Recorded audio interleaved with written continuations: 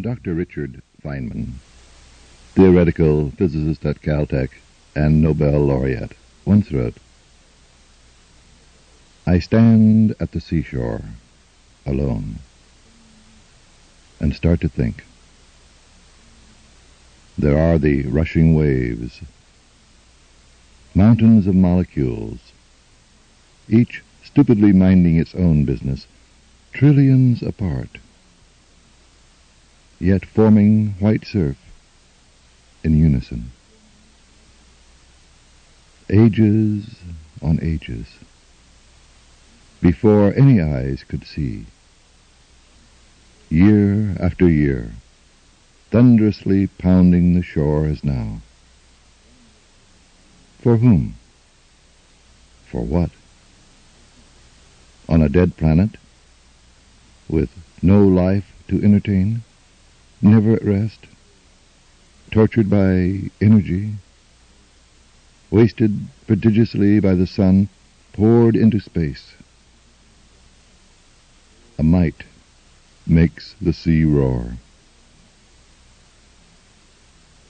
Deep in the sea, all molecules repeat the patterns of one another, until complex new ones are formed. They make others like themselves, and a new dance starts, growing in size and complexity.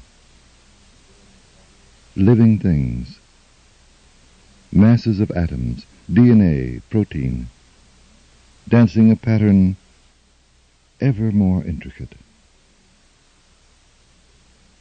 Out of the cradle, onto the dry land, and here it is standing. Atoms with consciousness, matter with curiosity, stands at the sea, wonders at wondering. I, a universe of atoms, an atom in the universe. So, what is this mind? What are these atoms with consciousness? Last week's potatoes. That is what now can remember what was going on in my mind a year ago. A mind which has long ago been replaced. This is what it means when one discovers how long it takes for the atoms of the brain to be replaced by other atoms, to note that the thing which I call my individuality is only a pattern or dance. The atoms come into my brain, dance a dance, and then go out. Always new atoms, but always doing the same dance, remembering the dance that was yesterday. End of Richard Feynman's quotation. Atoms with consciousness, matter with curiosity, a universe becoming conscious of itself. Is this your perception of reality? Perhaps we should first ask, what is reality? I don't know how you feel about it, but I approach this question with some degree of trepidation, or at least disquietude. Not that I expect to uncover any startling revelations which will forever change my relationship to the universe. Still, I tread lightly,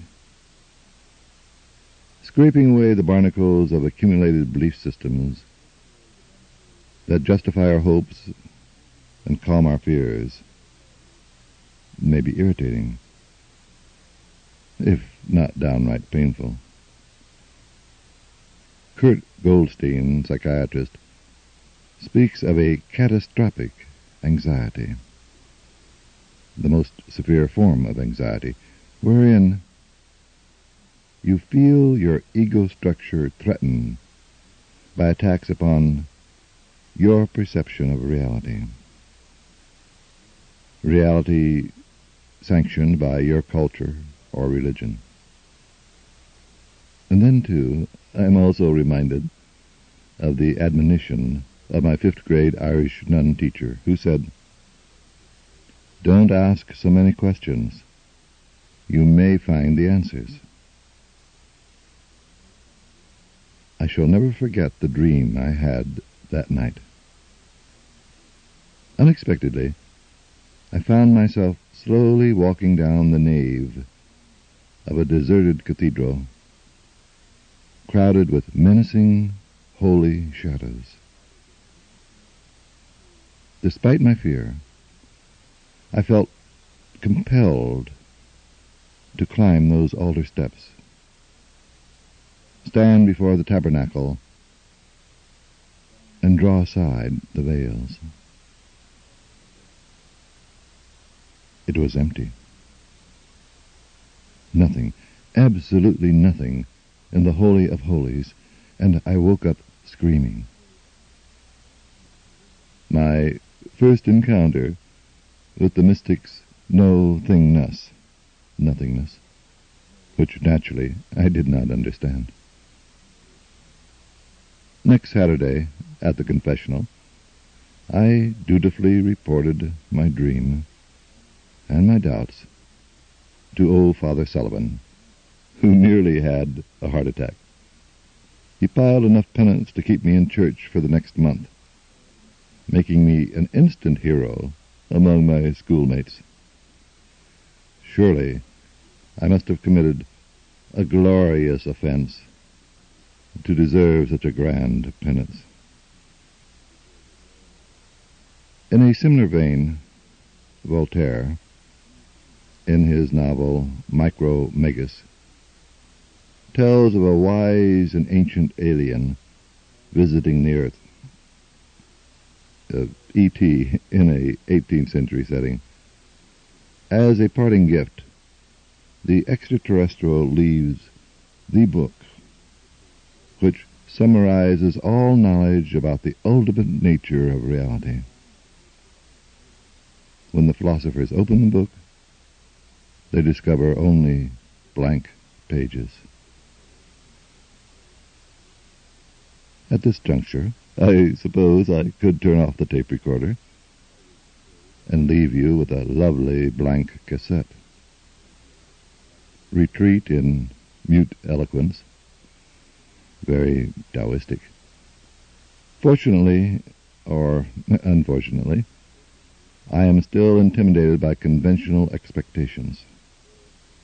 I will therefore turn instead to the dictionary, the Sancho Panza of my quixotic search, and in so doing, immediately stumble into a cranberry bog of confusion. The first definition of reality, to be found in the American Heritage Dictionary, reads, "The quality or state of being, actual or true." Well, that's no definition at all, merely a substitution of terms. What do they mean by actual or true? A rolling stone may gather no moss, but a readily used word gathers connotations, and often contradictory. The word actual generally denotes that which can be demonstrated, or that which acts or has an effect. Many of science's most cherished hypotheses arise out of this pragmatic approach to reality. The space-time continuum, the expanding universe, quarks, black holes, even consciousness itself, cannot be directly observed, only deduced from their apparent effects. On the other hand, the word true implies a belief which will conform to facts. If it's true, it's a fact. Facts are real. Not necessarily. Despite schoolbook maxims, facts may not constitute reality. A theorem of mathematics may be true, but have no bearing on reality. You can lie about a real event. Truth, as we speak of it here, is a logical term, a quality or property of statements, which may or may not refer to reality. Coming back to the Heritage Dictionary, the final definition declares reality to be the totality of all things, possessing actuality, existence, or essence. Did you ever think reality so complicated? At least here, we begin to discern the boundaries and constraints of our Western perception of reality. The totality of all things. Things as distinct from what? Primarily thoughts, with their projected distortions, imagery, dreams, hallucinations, and delusions, confluent configurations of the mind. Real things, stones, stars, flowers, shoes, reside in space and time. They possess a separate existence, an objective existence out there, beyond our seductive mindscapes.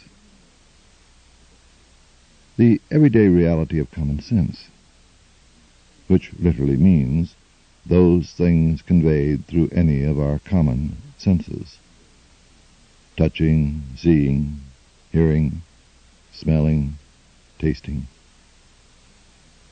Or, as Ma Bell's commercials so lovingly croon, a reach out and touch someone reality. Nietzsche named this belief the fallacy of the immaculate perception. How do we become embedded in such a concrete reality? By inheritance, our Roman cultural inheritance.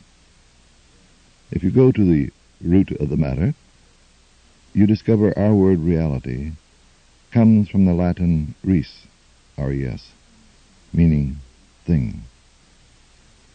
The Romans were ever a practical people. They constructed durable roads, maintained aqueducts, systematized legal codes, and trained efficient armies. They created no new art, formulated no original systems of philosophy, and made no scientific discoveries. Later we will explore the current limitations of such rigorously confined reality. But for now, just one question.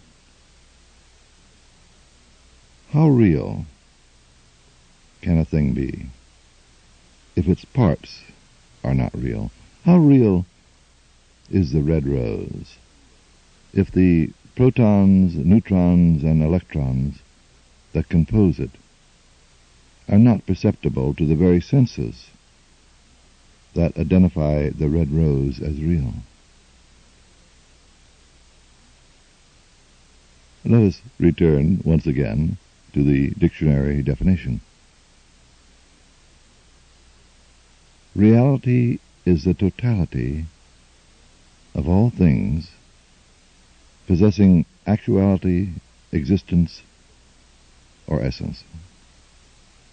We touched lightly on thingness and actuality. What about existence and essence? The word existence possesses a chameleon quality, changing its connotations to fit the semantic occasion. At times it can be sternly Roman in spirit, designating itself the state of anything with a nature or substance of its own, functioning in space and time. Thingness, italicized. Then again, the word seems to be transformed into an ontological will-o'-the-wisp, implying a stoic sense of being, endured through whatever vicissitudes. But the word essence, that is another whole kettle of metaphysical fish. Philosophically, essence denotes the inherent, unchanging nature of things, beingness. Quite the opposite of thingness. And thus we encounter the second historical and contradictory component of our Western reality concept, beingness, our Greek inheritance. Maybe the dramatic juxtaposition of mountains and sea, brilliantly highlighted by the Aegean sun, made the early Greeks distrustful of sensory impressions. And then again, as sailors, they may have learned how deceitful appearances can be. The sudden squall that turns a gentle sea into a raging maelstrom. Whatever the reason, many sought an ultimate reality that extended beyond the immediate sensory experience, beyond the kaleidoscopic facade of nature. They yearn for the permanence of a eternal, unchanging unity of being. A major advocate for the principle of beingness was Parmenides, a Greek philosopher living in the first half of the 5th century BC. Many scholars say he invented logic for what essentially was an illogical premise. You can judge for yourself. Believing all the senses deceptive, he asserted that the multitude of things perceived through the senses consists of illusions. The only reality is the one, the undifferentiated unity. Seemingly a mystical doctrine, but unconventionally so.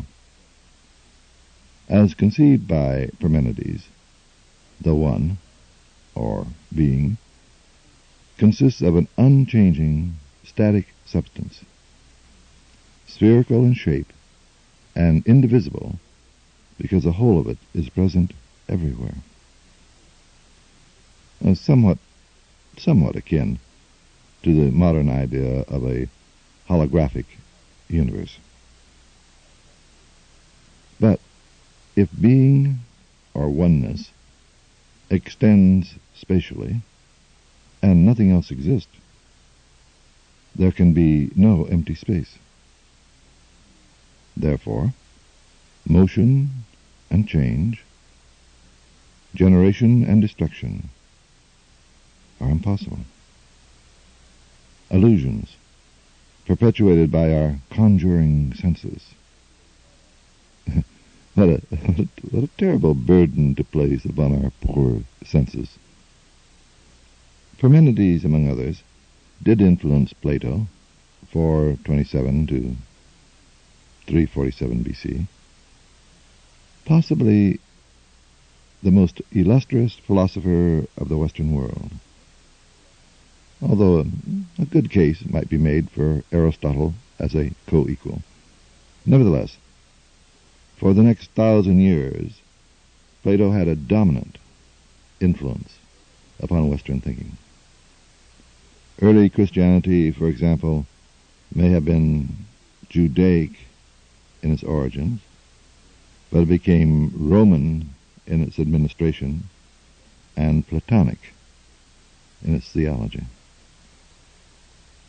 As with Parmenides, Plato begins with the conviction that a distinction exists between the real and the phenomenal. In this case, phenomenal refers to those things perceived through the senses, what we have just described as Roman reality or thingness.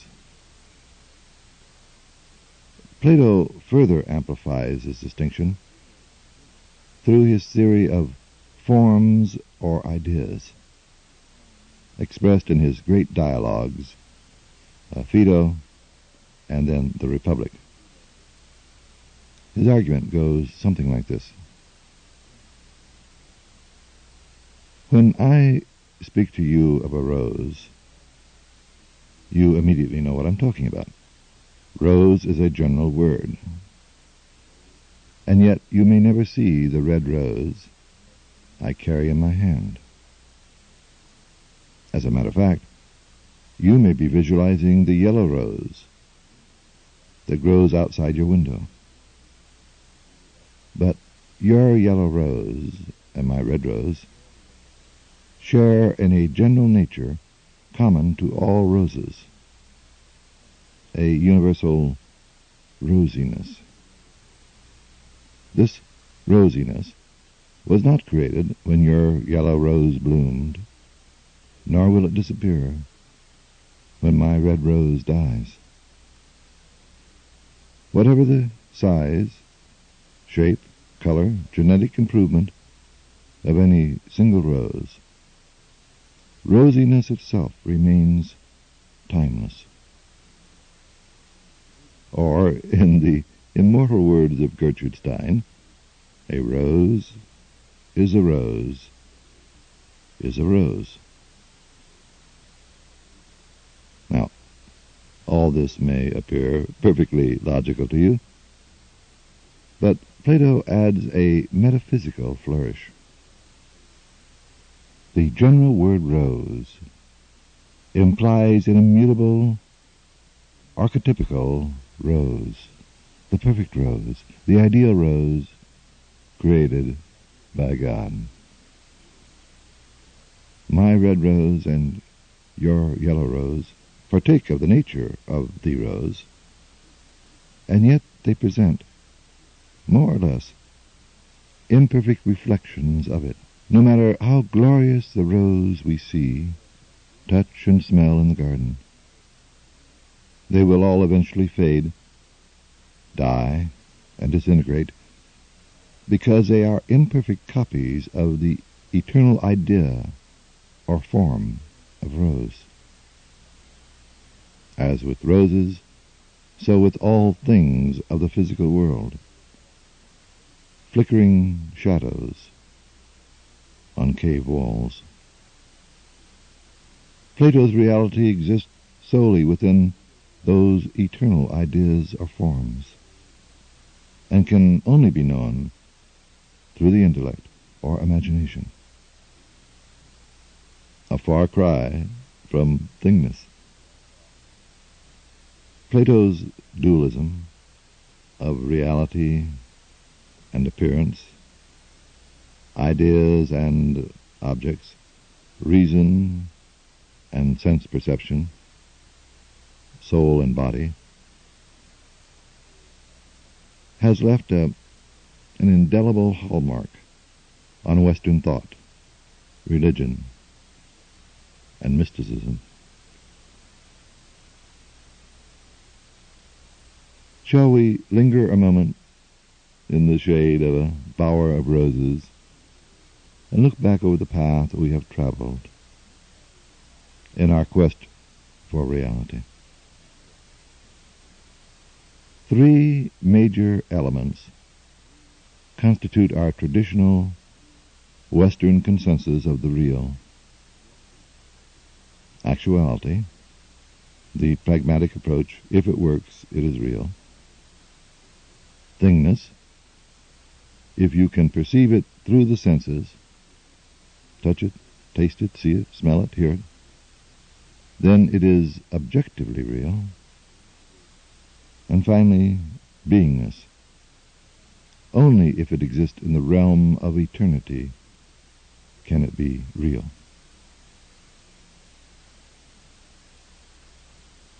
During the 2,500 years of European civilization, we have fashioned our perspective of reality into an idol, an unholy trinity, wherein these three elements blend into one Godhead.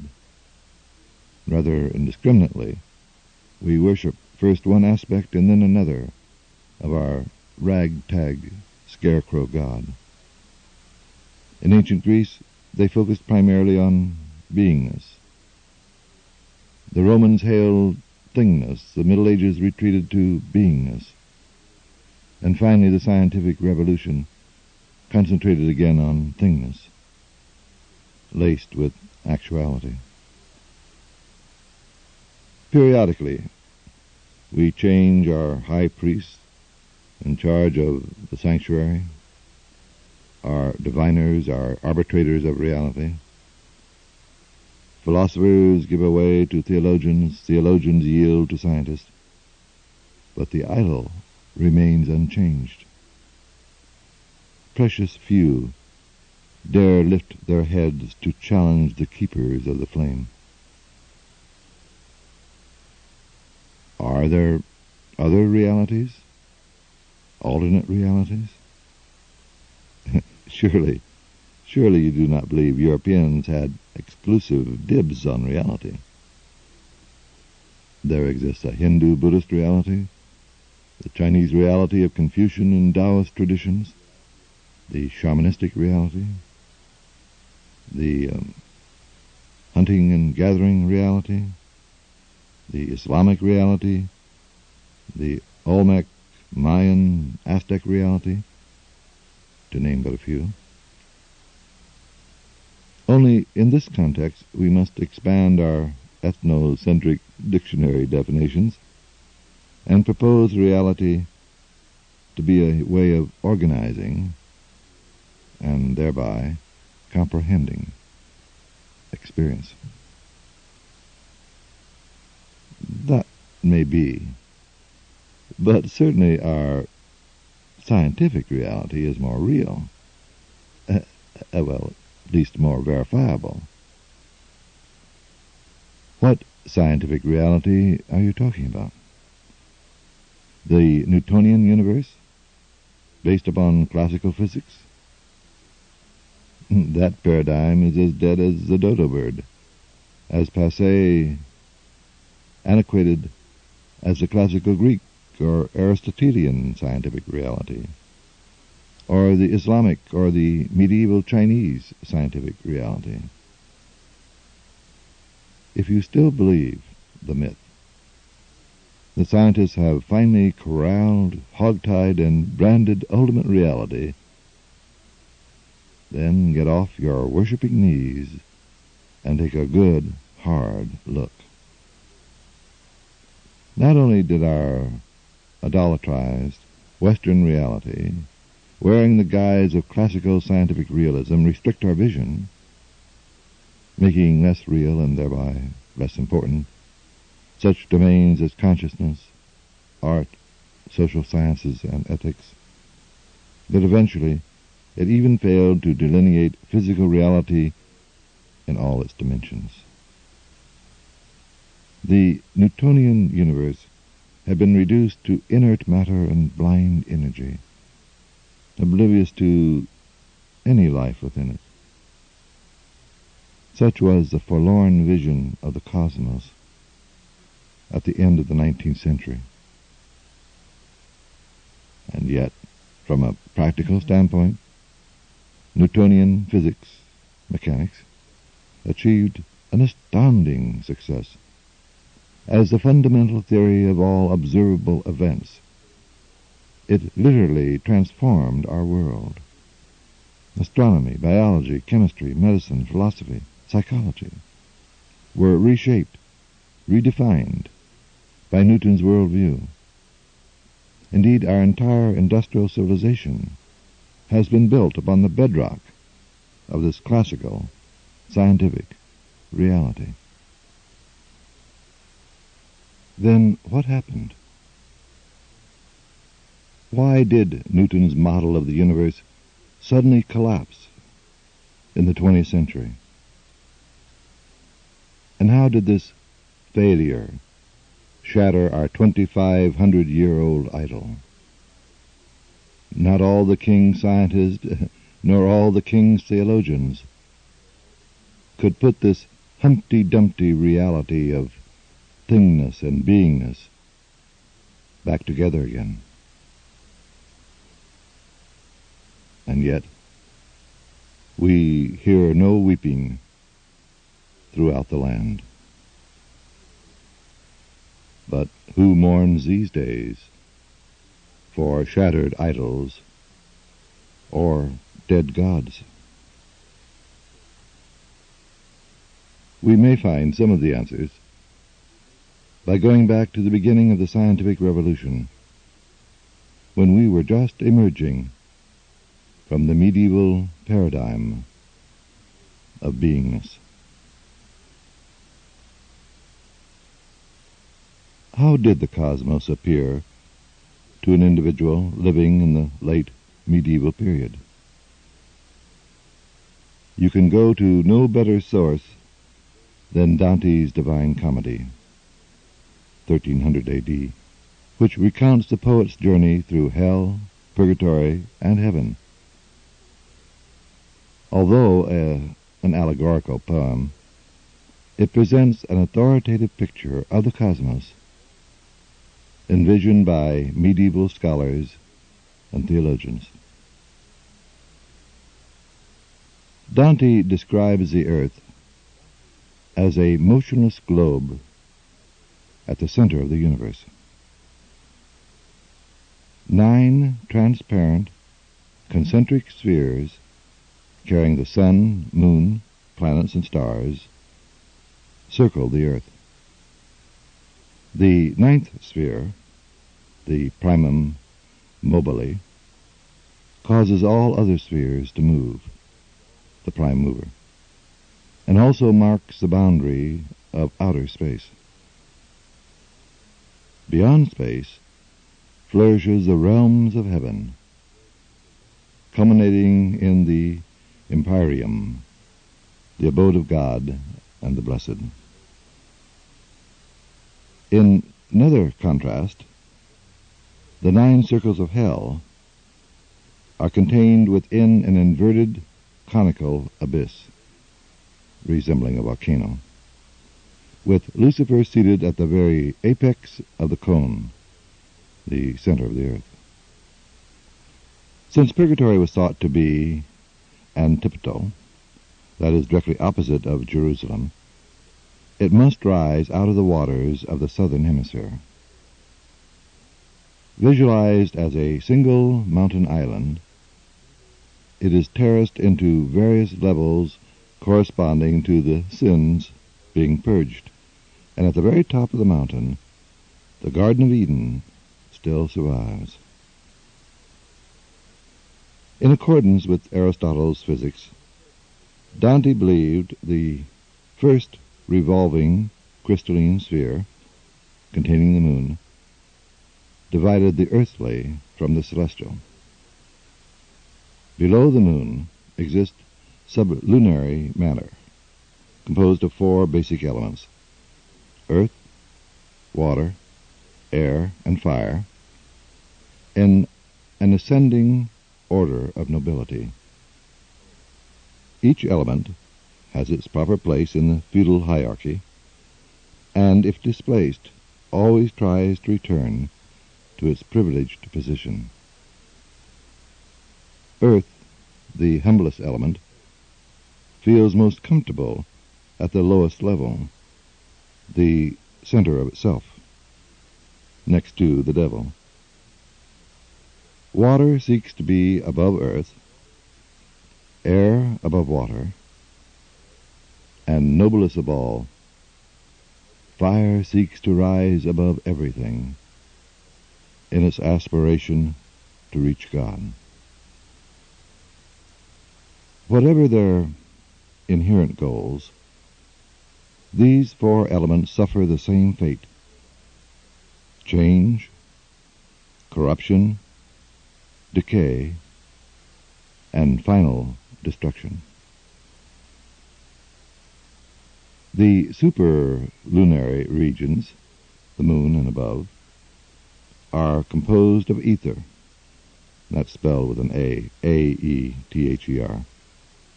The 5th element, or essence, from which we derive the word quintessence. This superlunary matter, weightless, changeless, eternal, make up the moon, sun, planets, and stars. Fundamentally, Dante, like Aristotle, assumed the physical universe to be anthropocentric, that is, created for humans, and anthropomorphic, motivated by human characteristics. Needless to say, Dante, a poet writing for the general public, oversimplified the astronomy of Aristotle and Ptolemy, but maintained the basic structure: a stationary earth surrounded by revolving concentric spheres.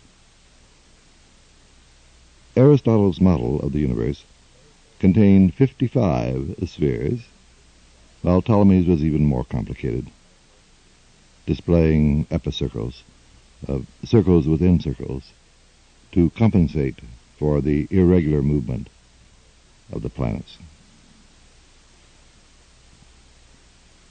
Medieval reality, so gloriously depicted by Dante, blends Christian religion with the physics and astronomy of ancient scientific authorities, primarily Aristotle. It was a triumph of scholasticism fashioned by St. Thomas Aquinas, who believed faith and reason constitute 2 harmonious realms in which the truths of faith complement those of reason.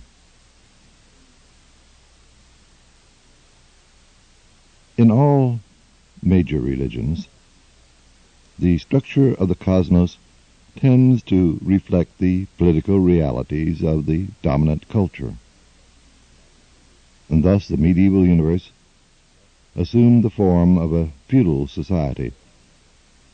God sat on his throne, surrounded by his angelic courtiers, who administered the various cosmic regions. The 6-winged seraphim managed the 9th sphere, the primum mobile, The cherubim looked after the 8th sphere, containing the firmament of stars. The thrones, angels, controlled the 7th sphere of Saturn. Isn't it fascinating, the juxtaposition of mythologies? Here the ancient Etruscan god, later adopted by the Romans, associating with Christian angels, who themselves were probably descendants of Babylonian lesser deities. And then dominations, virtues, and powers, all angels, in descending order of importance, guarded respectively Jupiter, Mars, and the Sun. Note, the Sun resides in the 4th sphere. And then finally, princedoms, archangels, and angels oversaw Venus, Mercury, and the Moon. And finally, every human being possessed a guardian angel.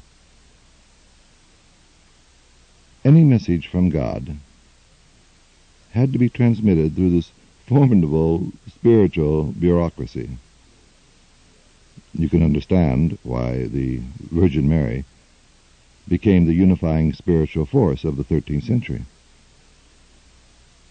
If your prayers could reach her, you bypassed all of these endless angels. However, the essential point to be made is messengers were sent to human beings and no other creatures. God created us in his own image and created the universe for the express purpose of sheltering us. You can't participate in any bigger ego game than that, as long as you were a Christian. If you were misfortunate enough to be born a Jew or a heathen, then you found yourself a stranger in a strange and often hostile universe. All in all, a rational, superbly organized universe.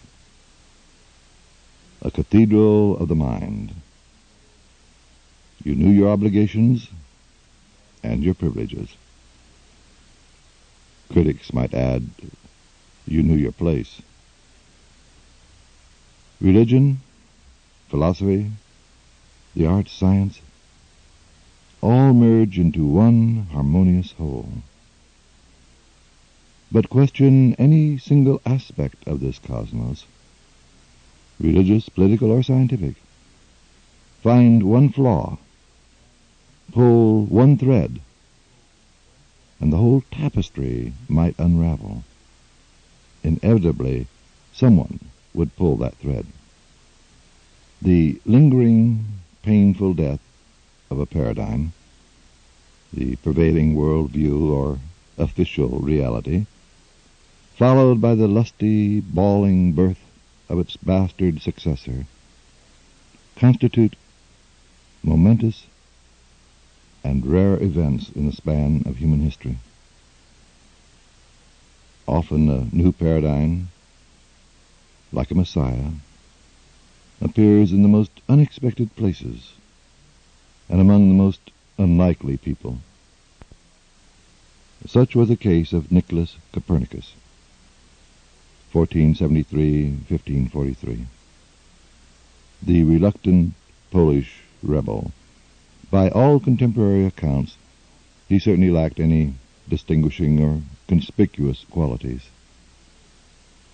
After obtaining a degree in Ptolemaic astronomy at the University of Krakow, he spent the next several years in Padua, Bologna, Rome, studying medicine, canon law, and whatever other subject took his fancy.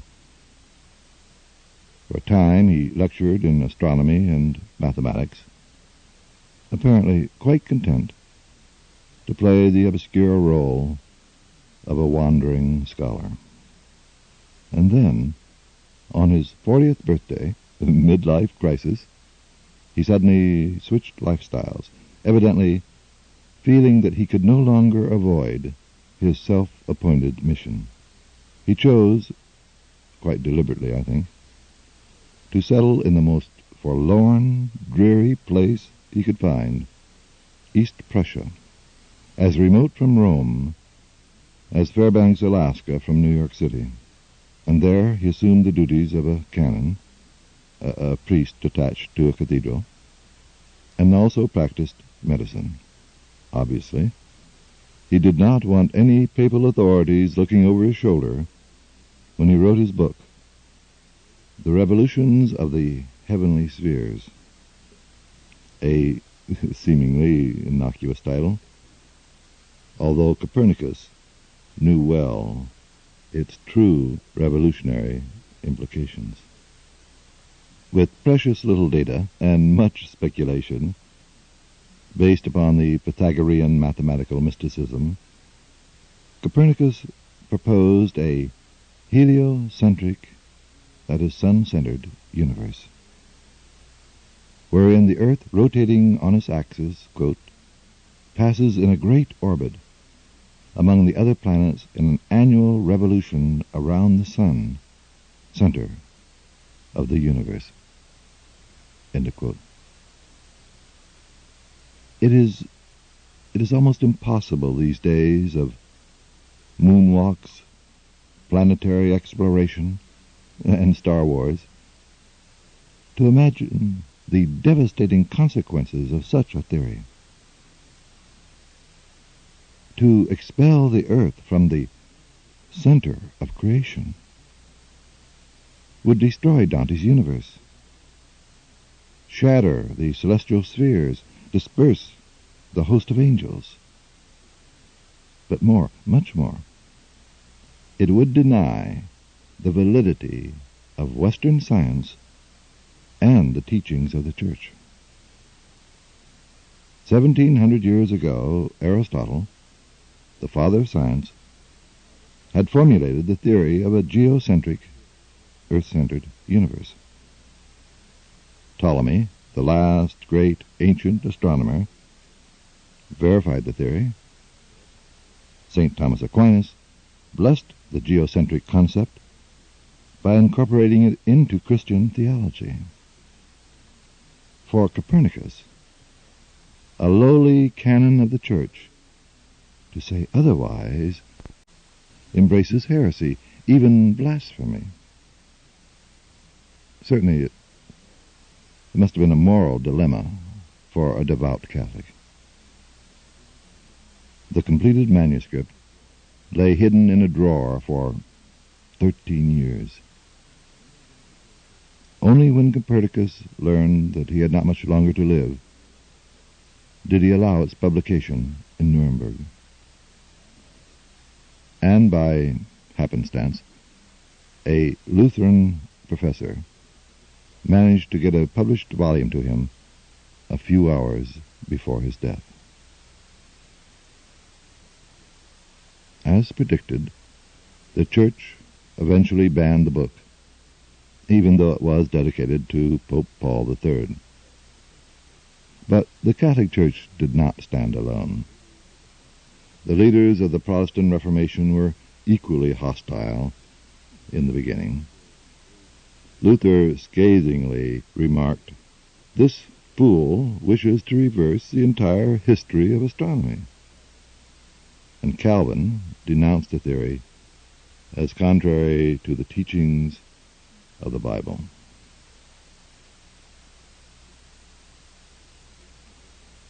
Placing a book on the index of prohibited books in no way guarantees the suppression of its message.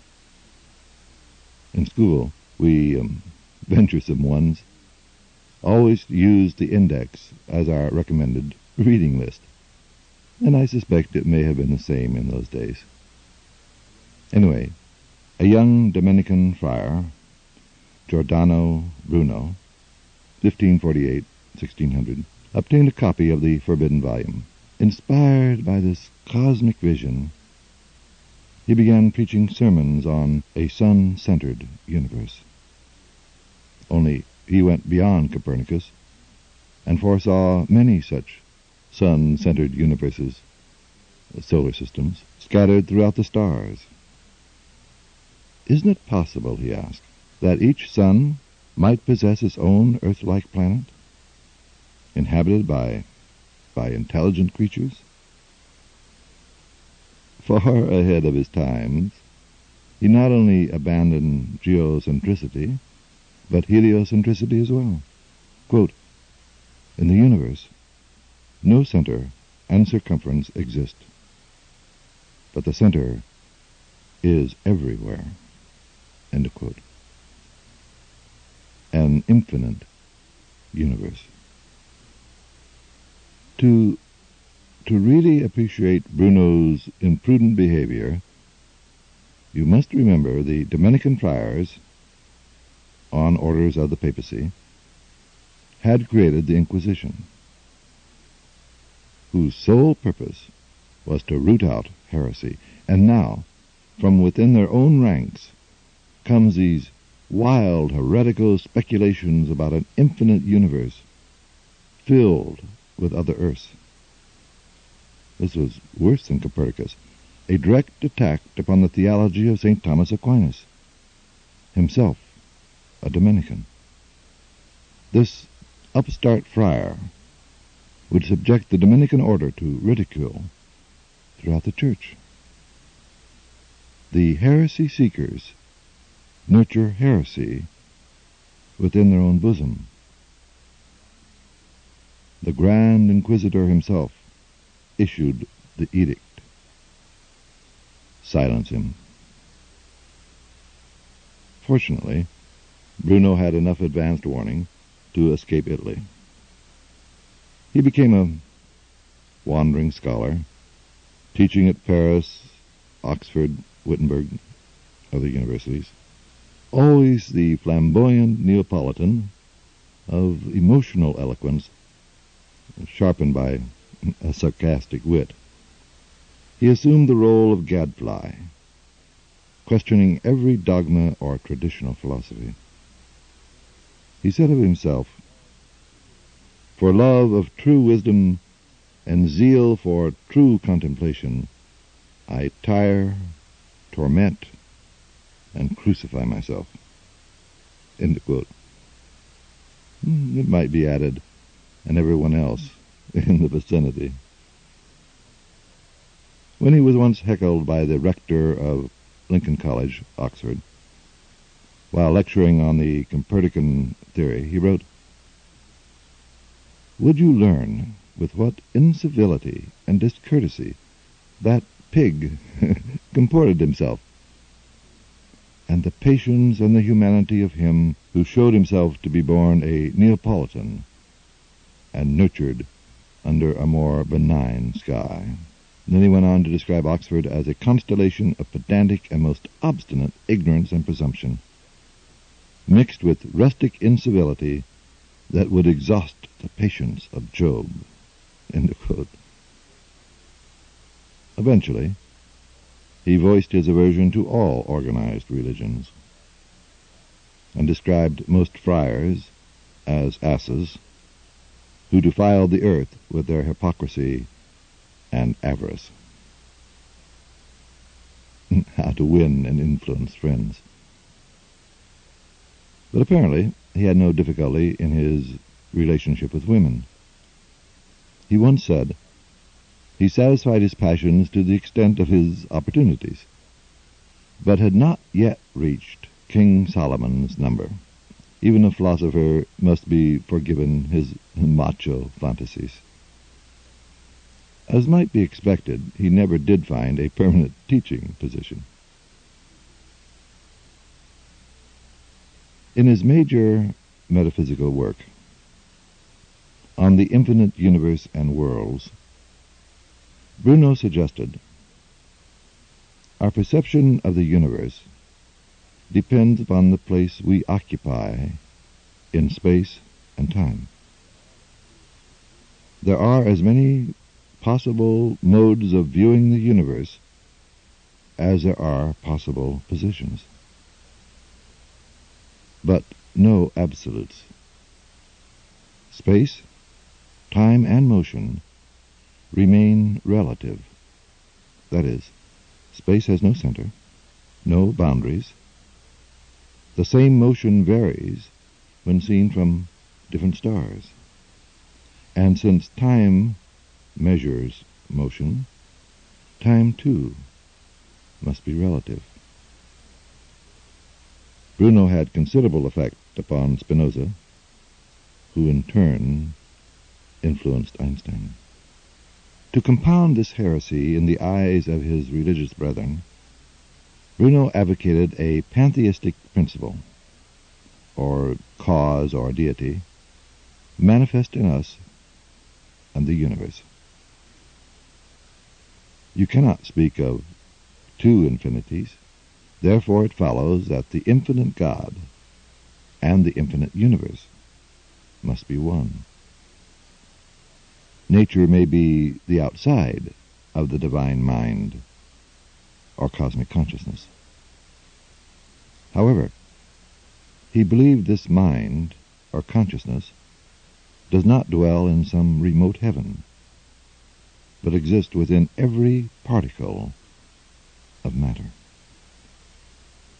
To avoid confusion, his particles are not the ghostly particles of quantum mechanics, but rather the concrete atoms of Greek philosophers, with this exception. He believed these particles were composed of infinitesimal monads, that is, indivisible units of energy with potentialities for life and consciousness. Each particle possesses its own degree of individuality, whereas its freedom consists not of liberation from law, but rather behavior according to its nature. And because every part strives for its own development, progress and evolution do occur in the universe. Everywhere in nature we see a contradiction of contraries, polarities, dichotomies, opposite forces, and yet they do not rend the world asunder. For in the overall harmonious functioning of the cosmos, such contraries coincide, merge, disappear.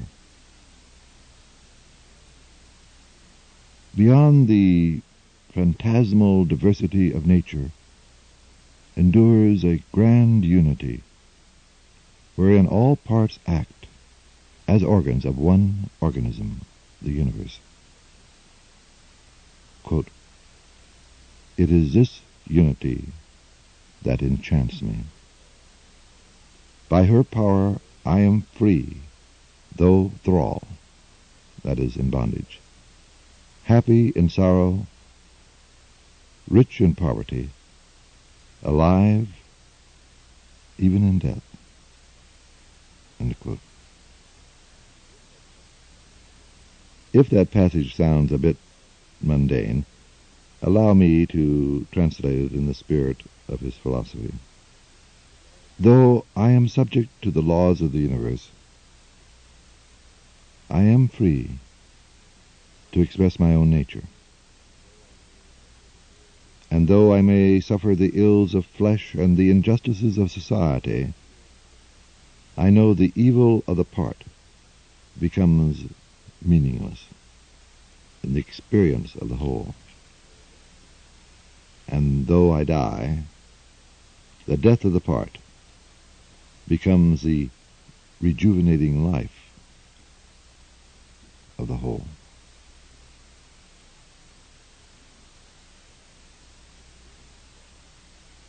Bruno's philosophy probably represents the first modern expression of organicism in the Western world.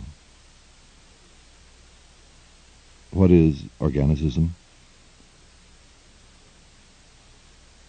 Well, it might be described as the spontaneous cooperation of all beings in the universe brought about by their following the internal necessities of their own natures. In Whitehead's idiom, the atoms do not blindly run, as mechanical materialism supposed. Nor are all entities specifically directed on their paths by divine intervention, as spiritualistic philosophies have supposed, but rather all entities at all levels behave in accordance with their position in the greater patterns, organisms, of which they are parts.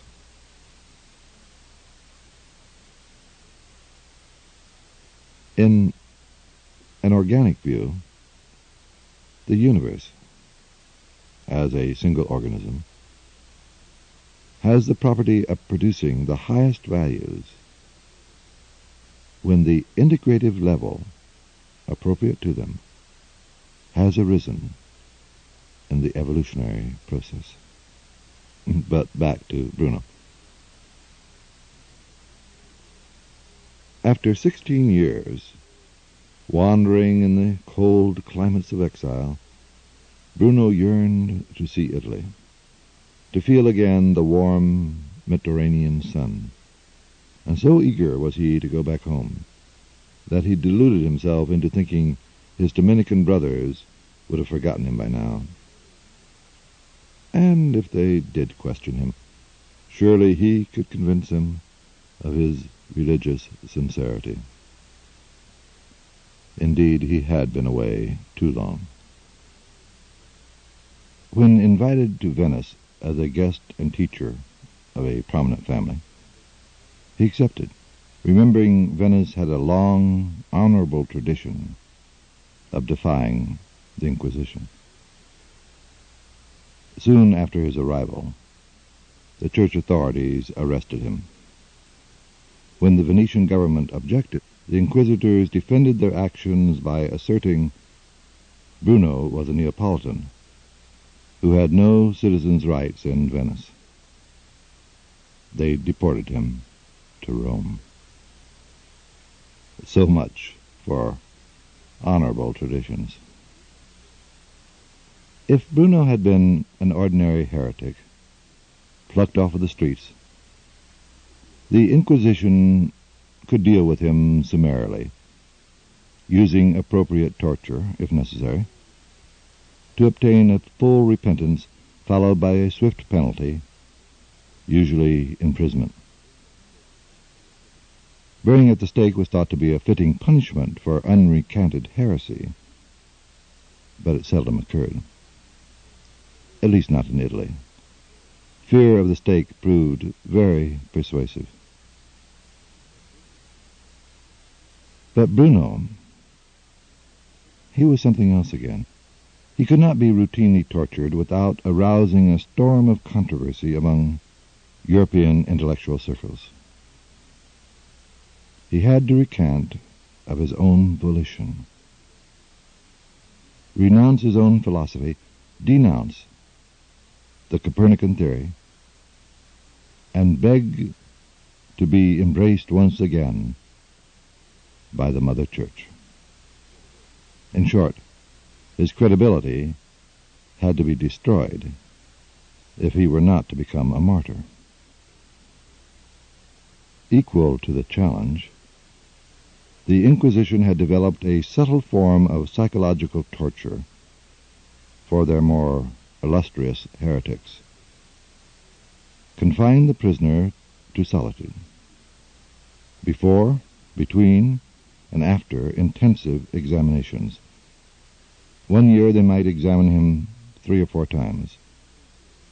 Then allow an entire year to go by before they visited him in his cell to discuss possibly the quality of prison food.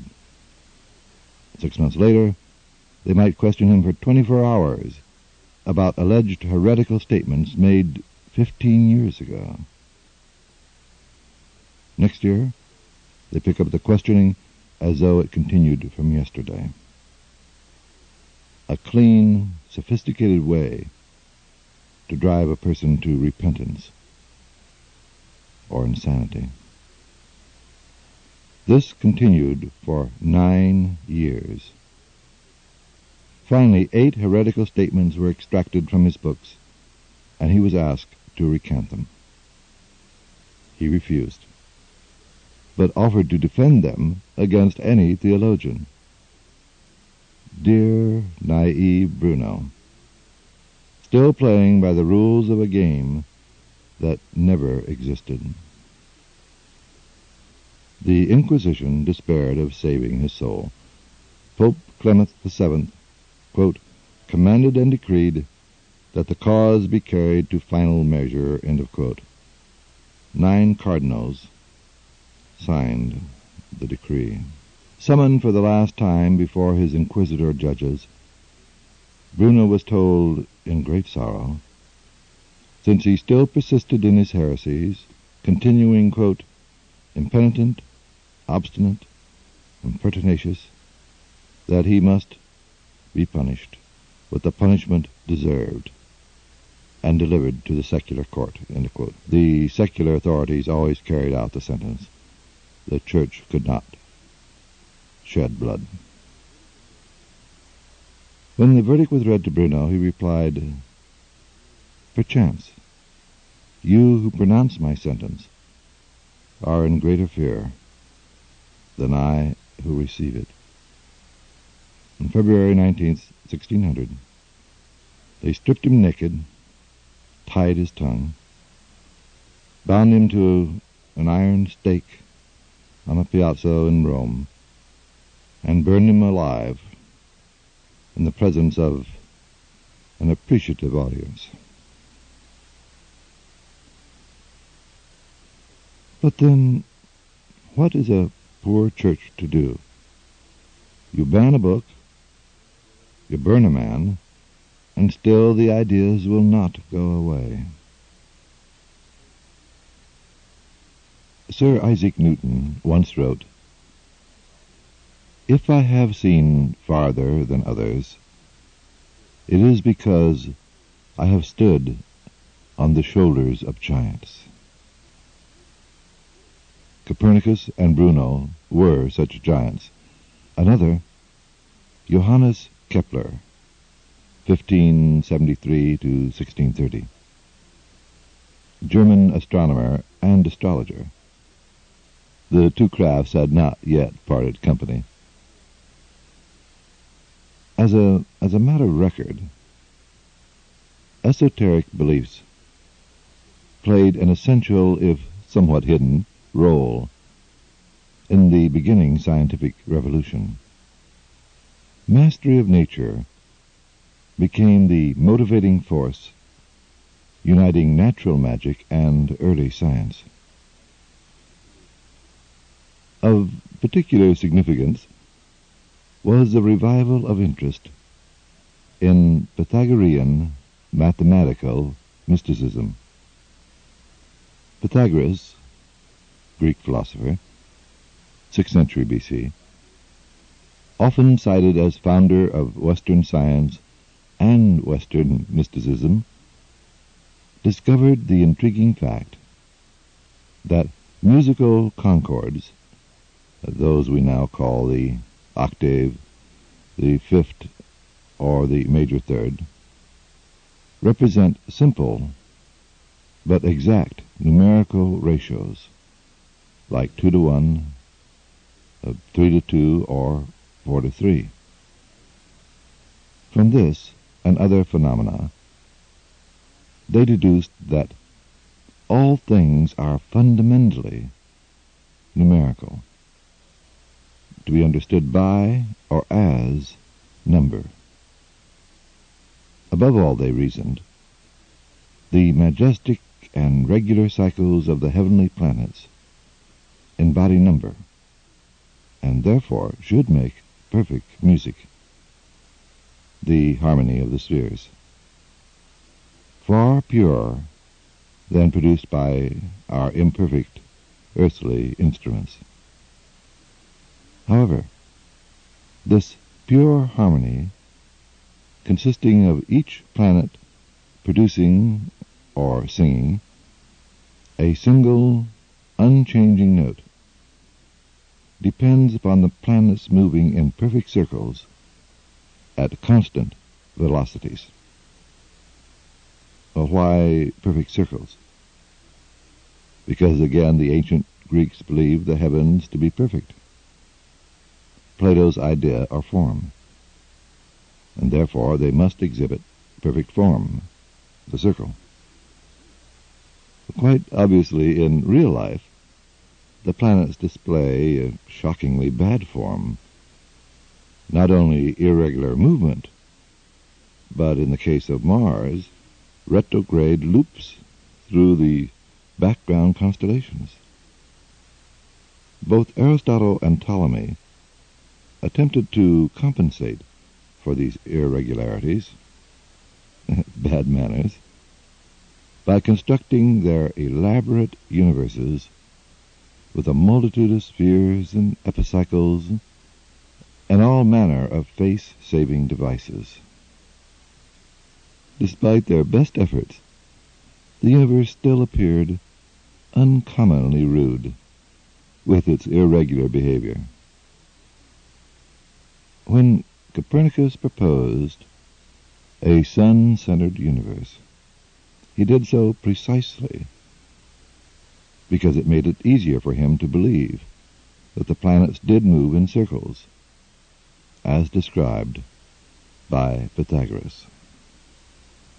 Without too much exaggeration, you could say this underground esoteric tradition, Pythagorean number mysticism, helped shape the mathematical reality of the newly emerging worldview through its influence on the founders of the scientific revolution.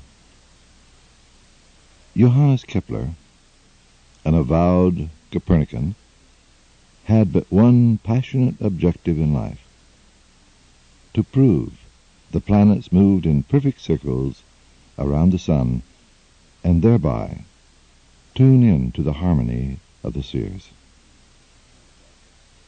He may have sought the harmony of the spheres, of the heavens, so assiduously because he found so little of it on earth.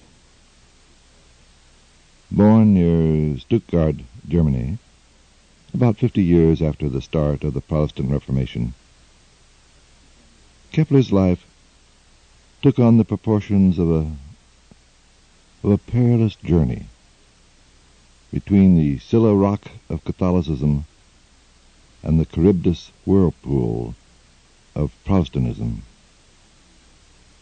The Protestants hated and feared the Catholics, who, primarily through the Jesuits, sought to regain lost souls and lost land. Mutual vituperation arose to a murderous intensity. Whore, assassin, adulterer, bestiality, dung were added to the lexicon of theology. Then, among the Protestants themselves, the Lutherans and Calvinists hated each other and killed each other in the name of Christian love. Of course, everyone despised and persecuted the Anabaptist and Unitarians. One observer called this obscene religious conflict theological rabies. Add to this witch's brew the political ingredients.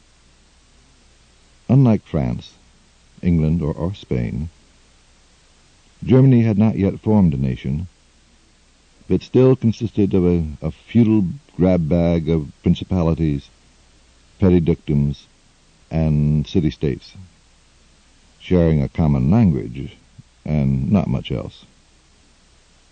The only authority they recognized, when it so pleased them, was the Emperor of the Holy Roman Empire, that Voltaire characterized as not holy, not Roman, and certainly not an empire. Nevertheless, this empire still held sway over most of Central Europe: Switzerland, Germany, Luxembourg, Austria, Bohemia, Moravia, and Hungary. Each country torn by the same religious strife as Germany, the scenario for a fanatical religious war. Such was the life and times of Johannes Kepler. His father had been an army officer and now a tavern keeper, who still dreamed of lost glories on the battlefield. Johannes proved to be no solace, having been smitten with smallpox at an early age, which left him with arthritic hands, impaired vision, and generally poor health. Quite obviously not officer material. Still, he must have shown some promise. The local ruler, a duke of the province, thought he might make an effective Lutheran minister, and paid for his education at Tübingen University, one of Germany's most famous theological centers. But the theologian's heaven was soon abandoned in favor of the astronomer's heavens, after a professor of Ptolemaic astronomy secretly converted Kepler to the forbidden Copernican theory. His new mission: prove the earth moves in perfect circles around the sun, and thereby tune humanity into the harmony of the heavenly spheres. Unfortunately, Europe had little need for astronomers. The entire Holy Roman Empire sanctioned only one imperial astronomer, a position currently held by an eccentric Danish nobleman, Tycho Brahe. So, with no private income and no social connections, Kepler had to settle for the pragmatic reality of teaching Latin, rhetoric, and mathematics at a state university in Graz, Austria. He managed to earn a little extra by editing an annual astrological calendar. Within a year, he married a widow with a daughter, and in due course added 6 children of his own. Dreams slip away quickly when confronted with a household filled with crying babies. But somehow, in the midst of such domestic turmoil, he wrote his first book, Mystery of Cosmography, passionately advocating the Copernican system and speculating on the nature of a harmonious and mathematical universe. Certainly not the most diplomatic way to advance his career. He sent copies to Brahe and Galileo, but the only tangible results took the form of excommunication by the Lutheran Church for his defense of Copernicus. Then, a year later, a new archduke came to power in Austria, Ferdinand, a conservative Catholic, who immediately exiled all Protestants from his domain. Kepler and his young family joined the multitude of refugees streaming through Central Europe. Homeless, penniless, the excommunicated Kepler had no choice but move in with his mother for a long year of desperate poverty. And then came the miracle, a turn of fortune that abounds in fairy tales, but seldom happens in real life. Emperor Rudolf II, impressed with Kepler's book, invites him to the imperial palace in Prague to become the assistant to Tycho Brahe. The year of his appointment, 1600, marks the year they burned Bruno at the stake. Royal patronage would protect Kepler from such persecution, Lutheran or Catholic. Still, it was not an easy transition from a destitute schoolmaster to an improvident courtier in the extravagant royal household of the Habsburg Emperor. And furthermore, Tycho Brahe did not manifest any great joy upon meeting Kepler. A formidable figure under the best of circumstances, Brahe had gained a deserved notoriety for his pride and temper, exemplified by the gold and silver nose he so proudly displayed, obtained after his real nose had been slashed away in a duel. Despite his rakish reputation, he had to be acknowledged as the most brilliant astronomer of his age. Without a telescope, which Galileo later invented, he catalogued the stars with an accuracy hitherto unknown. Meticulously tracing the comet of 1577, he proved comets were celestial bodies moving in fixed courses and not portents of doom, as previously believed. In 40 years, he had compiled the most comprehensive observations ever made on the movement of planets. So, consequently, when he told Kepler, quite bluntly, that he did not believe the sun resided in the center of the universe, and denounced Copernicus as a fool and a fraud, Kepler had serious doubts about how long he would remain an assistant. The Emperor intervened, in his own bungling fashion, calmed Brahe, sent him back to his castle, and assigned Kepler and his brood of children to the servants' quarters. His first responsibility, prepare an astrological chart for the Emperor, who confided that he never did have much confidence in Brahe as an astrologer, not after he predicted the death of Sultan the Magnificent, only to learn that the Sultan had already died. Hardly an auspicious beginning for Kepler's career as an astronomer. But within a year, he had gained the begrudging respect of Brahe for his mathematical ability and his imagination. Then Brahe died under the most bizarre circumstances.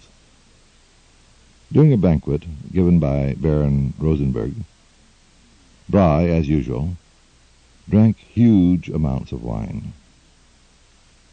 And in the pride of his manhood, he refused to relieve himself, and burst his bladder. On his deathbed, he bequeathed his astronomical observations to Kepler, and begged him to find an answer to the movement of the planets. His last whispered words, "Let me not seem to have lived in vain." The Emperor appointed Kepler imperial astronomer. His golden years, a dream fulfilled. With Brahe's comprehensive records, he could now prove the Copernican theory, that the Earth and the other planets moved in perfect circles around the sun. Once Brahe, in a rare display of comradeship, told Kepler that Mars was the key to the mystery, because its apparent motion seemed most anomalous, abnormal, with its retrograde loops. That is, sometimes Mars appears to actually move backwards in its orbit. Explain Mars' orbit, and everything else would fall into place. So for the next several years, Kepler studied Brahe's charts, trying first one equation and then another, Altogether he tested 70 hypotheses with no positive results. Finally, he had to admit failure. Regardless of his own fervent convictions, the only thing that he proved is that the planets did move around the sun, but not in perfect circles, nor at a constant velocity. They were wrong, all of them. Pythagoras, Plato, Aristotle, Ptolemy, even Copernicus, they were all wrong. And then one day, while despondently doodling over rejected mathematical equations, he drew the figure of an ellipse. And in that one inspired aha moment, it all became clear. He had, as he said, seen into the mind of the Creator.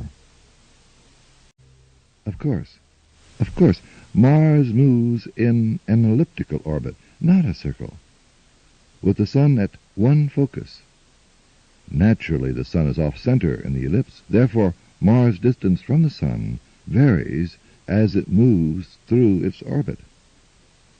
That explains Mars and all the other planets' irregular movement, which had so bewildered and distressed the ancient astronomers. Now, true, the velocity of the planet varies in its orbit, but it is a regular variation and could be calculated and predicted. Kepler had indeed found the mathematical harmony he sought. What then happens to the music of the spheres? Being a musician himself and steeped in the music of his time, which was the high point of the great polyphonic vocal tradition, he conceived the idea that as the velocities of the planets vary, so the notes they sing must vary too. Perhaps God chose to have them vary in order to create a celestial six-part harmony, a sublime celestial motet. At any rate, from his concept of ellipses, he devised what became known as the first two Kepler's laws of celestial motion.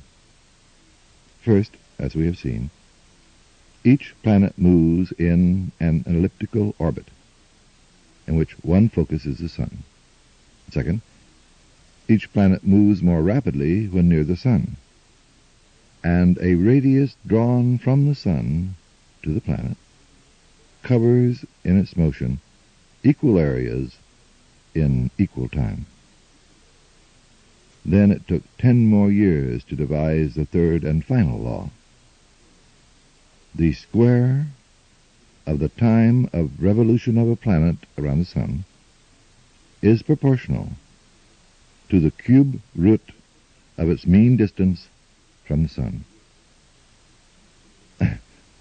If you're unfamiliar with this law, it's rather difficult to comprehend through the air. An illustration may help. Since Mars is farther from the sun than Earth, it takes 1 88/100 more time to revolve around the sun, so that a year on Mars equals about 2 of our Earth years. Following Kepler's third law, we square the figure 1 88/100, obtaining 3 53/100, and then extract the cube root 1 52/100. So, the mean distance of Mars from the sun should be 1 52 times that of Earth. And it's true. The equation works not only for Mars, but every other planet in the solar system, even for the hypothetical 10th planet not yet discovered. If, as some scientists say, there may be 1 million inhabitable planets strewn throughout our galaxy, Kepler's laws would apply to all of them. or to the solar systems of 1 billion other galaxies. Kepler demonstrated that the human mind is capable of understanding the universe, or, as he puts it, the harmony of the world, the title of his last book, in which he summarized his findings. One can forgive his pride when he wrote in the preface, "The die is cast, the book is written, to be read either now or by posterity, I care not which. It may well wait a century for a reader, as God has waited 6,000 years for a discoverer." End of quote. By sweeping away the debris of previous centuries, Kepler presented new vistas, new challenges, and prepared the way for the birth of the Newtonian universe. He revealed a cosmos of order in which the same laws rule the earth and the stars. Remember Dante's moon boundary, separating the finite, corruptible elements of earth from the eternal quintessence of the superlunary regions. By erasing this unbridgeable gap, Kepler restored unity to the universe. Not content to merely describe the revolutions of the planets around the sun, he asked the question, why? What causes the planets to remain in their orbits? Kepler suggests that the sun, through some mysterious power or virtue, compels the planets to hold their orbit and not fly haphazardly through empty space. Observing that the planets move more slowly the farther they are from the sun, he postulated that this power diminishes with increasing distance. The basis for Newton's gravitational theory. Even while proclaiming his celestial vision of harmony, Kepler's personal life collapsed into shambles. Emperor Rudolf II died. After considerable intrigue, Kepler's nemesis, Archduke Ferdinand, the man who banished him from Graz, ascended the throne. The new emperor swore to bring the Holy Roman Empire back to the Mother Church, or be damned in the process. He succeeded only in damning all Europe, with a 30-year war between Protestants and Catholics. Overall, the carnage and wanton destruction were greater than men had ever wrought in one generation in any land before. The population of Germany and Austria declined from 21 million to 13 million. Throughout the empire, hundreds of villages were left standing without a single living inhabitant. And once again, Kepler became a refugee among thousands of refugees who sought some bit of safety before the invading armies. His wife and several of his children died in the epidemic sweeping the devastated land. And to add to his mounting troubles, his mother, now 74, was accused of witchcraft. In his hometown alone, about 3 women were tortured and killed as witches every year from 1615 to 1629. So, only after 13 months of arduous defense and well-placed bribes did Kepler manage to save her life. Now reduced to absolute poverty, Kepler ended up as a camp follower of General Wallenstein, for whom he cast horoscopes. Physically and mentally exhausted, he finally succumbed to fever. he wrote his own epitaph. I measured the skies, now the shadows I measure. Skybound the mind, earthbound the body rest. All traces of his grave were obliterated by the war. Galileo Galilei, 1564-1642, stands foremost among the precursors of Newton. His chronology presents some curious coincidences, unless you believe in the transmigration of souls. Galileo was born about the same day Michelangelo died, and he died in the year Newton was born. Astronomer, mathematician, inventor, physicist, Galileo could be cited as the first person in the scientific revolution to reach out and touch the universe through his early experiments with bodies in motion. Aristotle had declared any object rolling down an incline moves with constant speed. Naturally, a heavier object rolls faster than a light object. And for 2,000 years, no one bothered to test this theory. Galileo proved Aristotle wrong. Objects accelerate when they move down an incline, but whether the objects are light or heavy, they accelerate at the same rate and reach the bottom at the same time. A simple experiment, but it surely shakes your confidence in the validity of Aristotelian physics. Among his many other accomplishments, Galileo contributed to the invention of the thermometer, worked on the barometer, discovered the principles of the pendulum, making it possible to construct the first mechanical clock. He formulated the principles of the lever and the pulley, proved that a projectile propelled in a horizontal direction would fall to the earth in a parabolic curve. Being a musician of no little talent, he reduced musical tones to wavelengths of air, and showed that the pitch of a note depends upon the number of vibrations made by the struck string in a given time. These basic contributions to physics, Galileo laid the foundation for the age of science and the age of the machine, technology. And yet he personally seemed unfulfilled.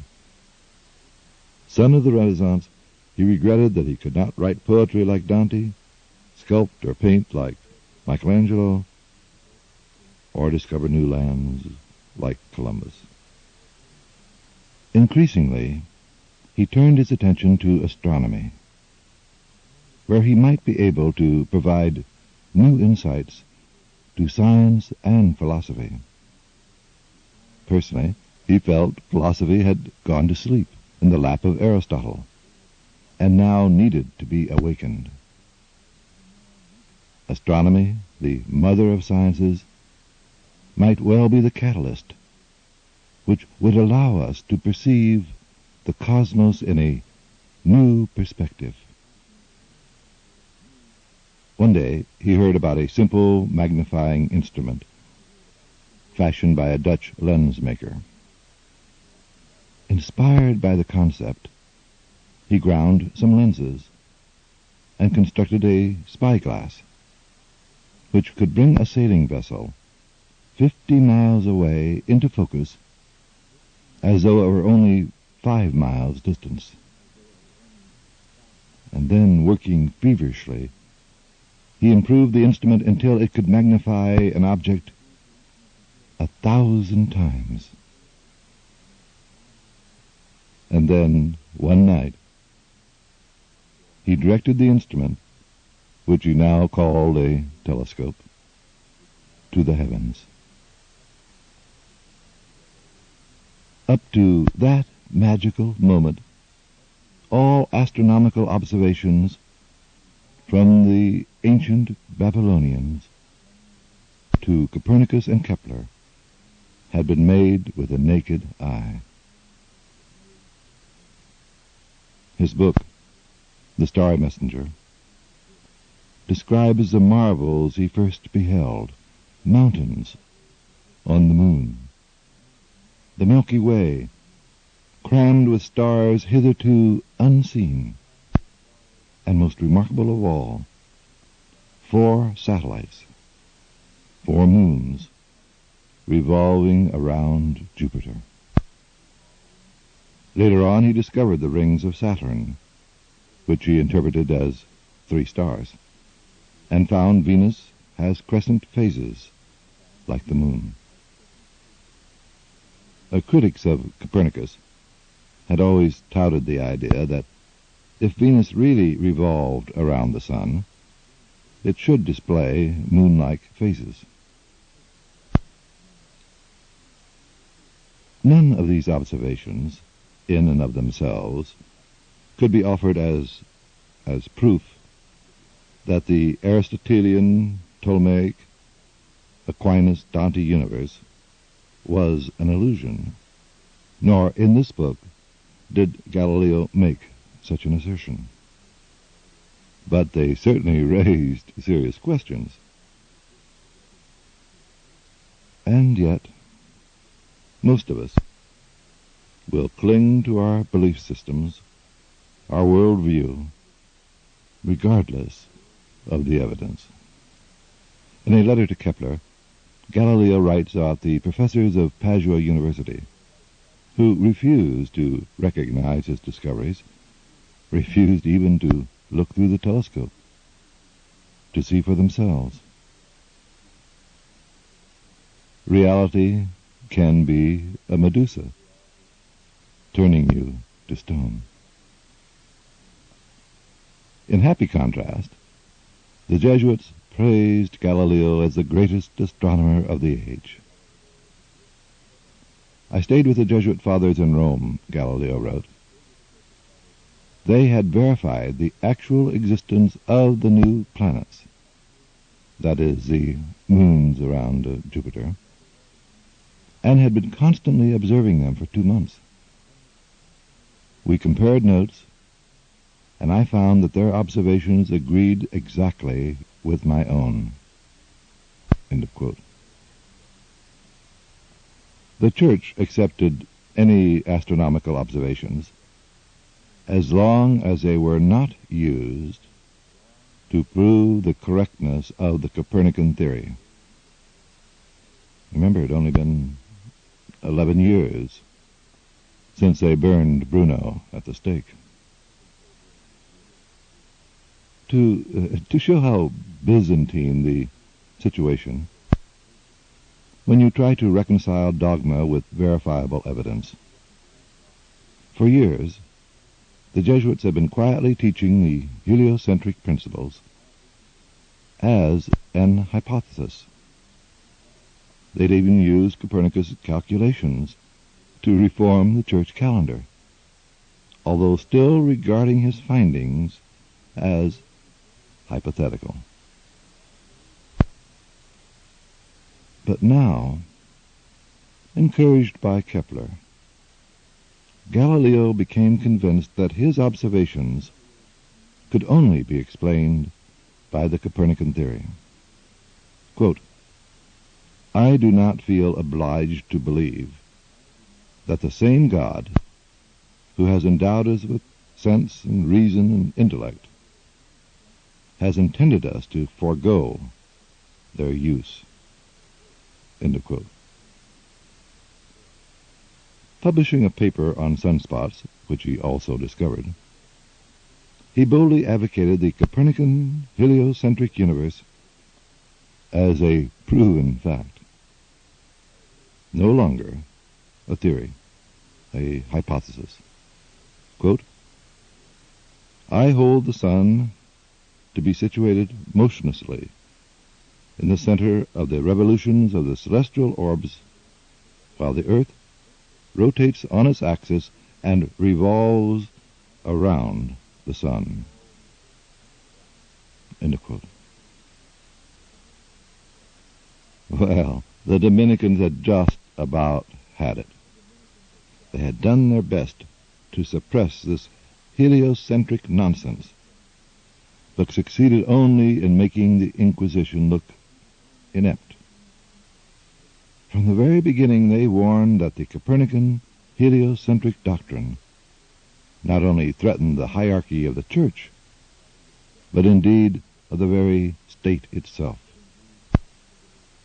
And they were very prophetic. Already the Protestant humanists were beginning to say that the new Copernican system authorized a more democratic attitude, in which all humans were in direct communion with God. And then in a few years, Cromwell, with his motley army of Puritans, levelers, and diggers, would overthrow the legitimate government of England.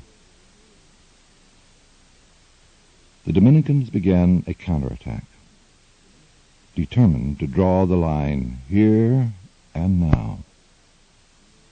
Always powerful orators, they preached sermons against Copernicans and the followers of Galileo, whom they called Galileans. One such sermon bore the title, "Ye men of Galilee, why stand ye gazing up into heaven?"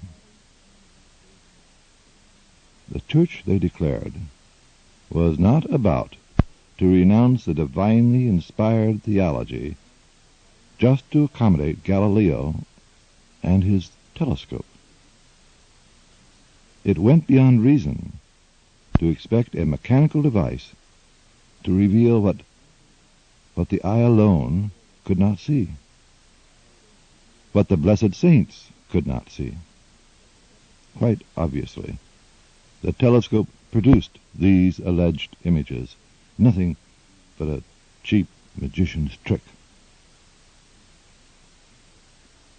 After consultations with the Pope, the Inquisition gave Galileo fair warning, verbally and in writing. Abstain.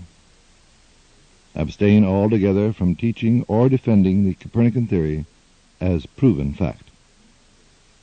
However, they did not forbid him to consider the Copernican view as a mathematical hypothesis,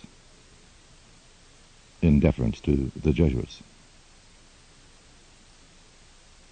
Galileo returned to Florence and kept silent for 8 years while pursuing various scientific objectives. And then he did the unthinkable. He published a book, Dialogue on the Two Chief Systems of the World, written in Italian rather than conventional scholarly Latin, to ensure its reading by the general public. In a devastatingly ironic vein, Galileo has two characters in the dialogue, Salviati and Segreto, names of his closest friends, defend the Copernican system while Simplicio, the antagonist, rejects it with foolish and vain dogmatic arguments. Unfortunately, Simplicio mouths some of the Pope's very own words. Then, during the course of the dialogue, the Jesuits are scorned for their double standards of truth. To add insult to injury, Galileo advocates Bruno's plurality of sun-centered universes. The proverbial cat had leaped out of the bag, never to be put back in again. Galileo's book marked the turning point in Western scientific and philosophical thought, a public declaration on the death of medieval reality and the birth of a new paradigm. Needless to say, the Dominicans of the Inquisition, the Papal Court, and the Jesuits were outraged by his defiance and dismayed by his boldness. This happened in the midst of the 30-Year War. The Jesuits now declared that the doctrines of Copernicus and Galileo were more dangerous to the Church than all the heresies of Luther and Calvin. Immediately the Church banned the book, which now only ensured its success. But they still had the man. On April 12th, 1634, the Inquisition put Galileo on trial for heresy, a trial that lasted over a year. Transcripts of the trial reveal much of the evidence rested upon forged documents. This became so evident that 3 of the inquisitors refused to find him guilty, although the majority had no such difficulty. Under threat of torture and death at the stake, Galileo was forced to kneel before his accusers and recant his Copernican belief. In a formal statement, frighteningly prophetic of some confessions obtained in political trials of the 20th century, Galileo said, "I have been pronounced by the Holy Office to be vehemently suspected of heresy. That is to say, of having held and believed that the sun is the center of the world and immovable, and that the earth is not the center and moves. Therefore, desiring to remove from the minds of your eminences and all faithful Christians this strong suspicion reasonably conceived against me, with sincere heart and unfeigned faith, I abjure, curse, and detest the aforesaid errors and heresies, and generally every other error and sect whatsoever contrary to the said Holy Church." End of quote. Upon rising from his knees, Galileo was heard to mutter, "Nevertheless, the earth does move." In a splendid spirit of generosity, the Holy Office sentenced him to life under house arrest, effectively silencing him and halting his scientific work. Echoes of Andrei Sakharov under house arrest in Gorky. This trial marked the rapid decline of Italian and Catholic scientific activity, leaving Italy an intellectual and cultural wasteland. One Italian critic wrote, "We can date back to that day, indeed, the time when Florentine civilization, which had carried the world since the 13th century, practically vanished from history." The last giant of the scientific revolution, before Newton, was René Descartes, 1596-1650, whom some proclaim the father of modern philosophy. Others denounce him as the source of our contemporary alienation. Born in Brittany, his Celtic heritage may explain his rather eccentric behavior, more akin to a romantic poet than a philosopher-scientist. By his own account, he conceived his famous classic, Discourse on Method, while meditating in a stove. It seemed that he had joined the barbarian army, as he said, to escape his friends, who distracted his philosophical meditations. Now, you have to admit that action in itself does not exactly constitute ordinary behavior. Join the army to meditate?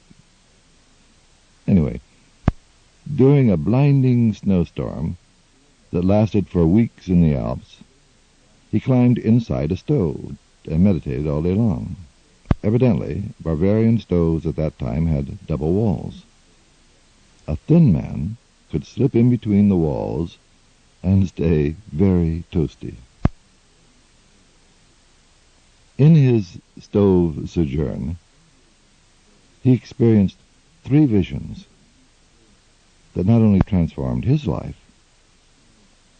but reshaped the Western concept of reality for the next 300 years.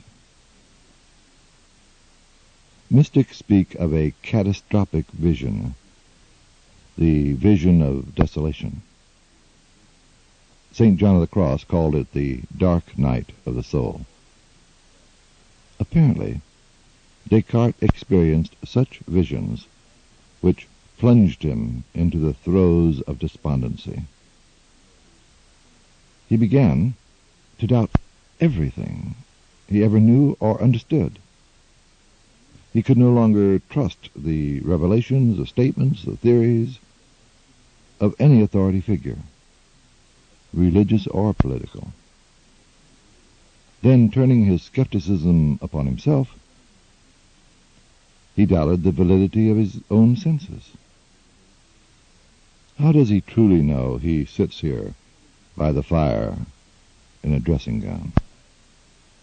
Perhaps he only dreams or hallucinates. His very body may be an illusion.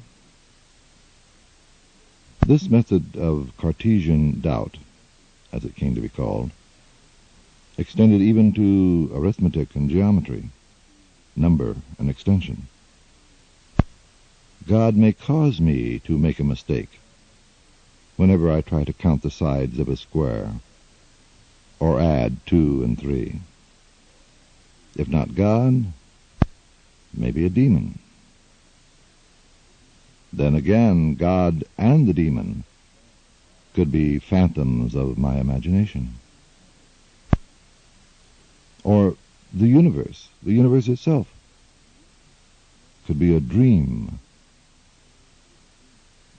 of a nameless dreamer. Chuang-Tzu, the Taoist philosopher and poet, summarized this quandary most beautifully. Once Chuang-Tzu dreamt he was a butterfly. Suddenly he woke up, and there he was, Chuang-Tzu. But he really didn't know if he was Chuang-Tzu, who had dreamt he was a butterfly, or a butterfly, dreaming he was Chuang-Tzu. There remains, however, one thing Descartes could not doubt: the existence of the thinker who doubts. Cogito, ergo sum. I think, therefore I am. Upon the single rock of certainty, a self-evident first principle, he would build a new science of nature, a new scientific philosophy. It's an awesome task that no one had dared to undertake since Aristotle. Did he succeed? Yes, to an astounding degree. He created the conceptual framework, the interpretation of this emerging paradigm, classical scientific realism. This worldview not only molded the sciences of the 18th and 19th centuries, but also the arts, philosophy, the value system of the Enlightenment, and even influenced the development of modern economic thought and government. brief, Descartes created much of the reality of modern Western culture up to the 20th century. What was the shape and essence of Cartesian Descartes' reality? Still thingness, although thingness with a vengeance.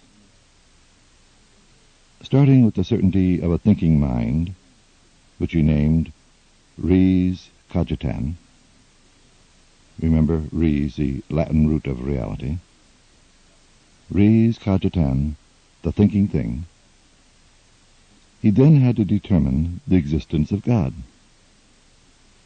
Well, this he did in a rather superficial way, in a scholastic manner, by harking back to the first cause argument derived from Aristotle's argument of the unmoved mover. Everything finite has a cause, which in turn has its own cause, which has its cause, etc., etc., etc. But eventually, it has to stop somewhere.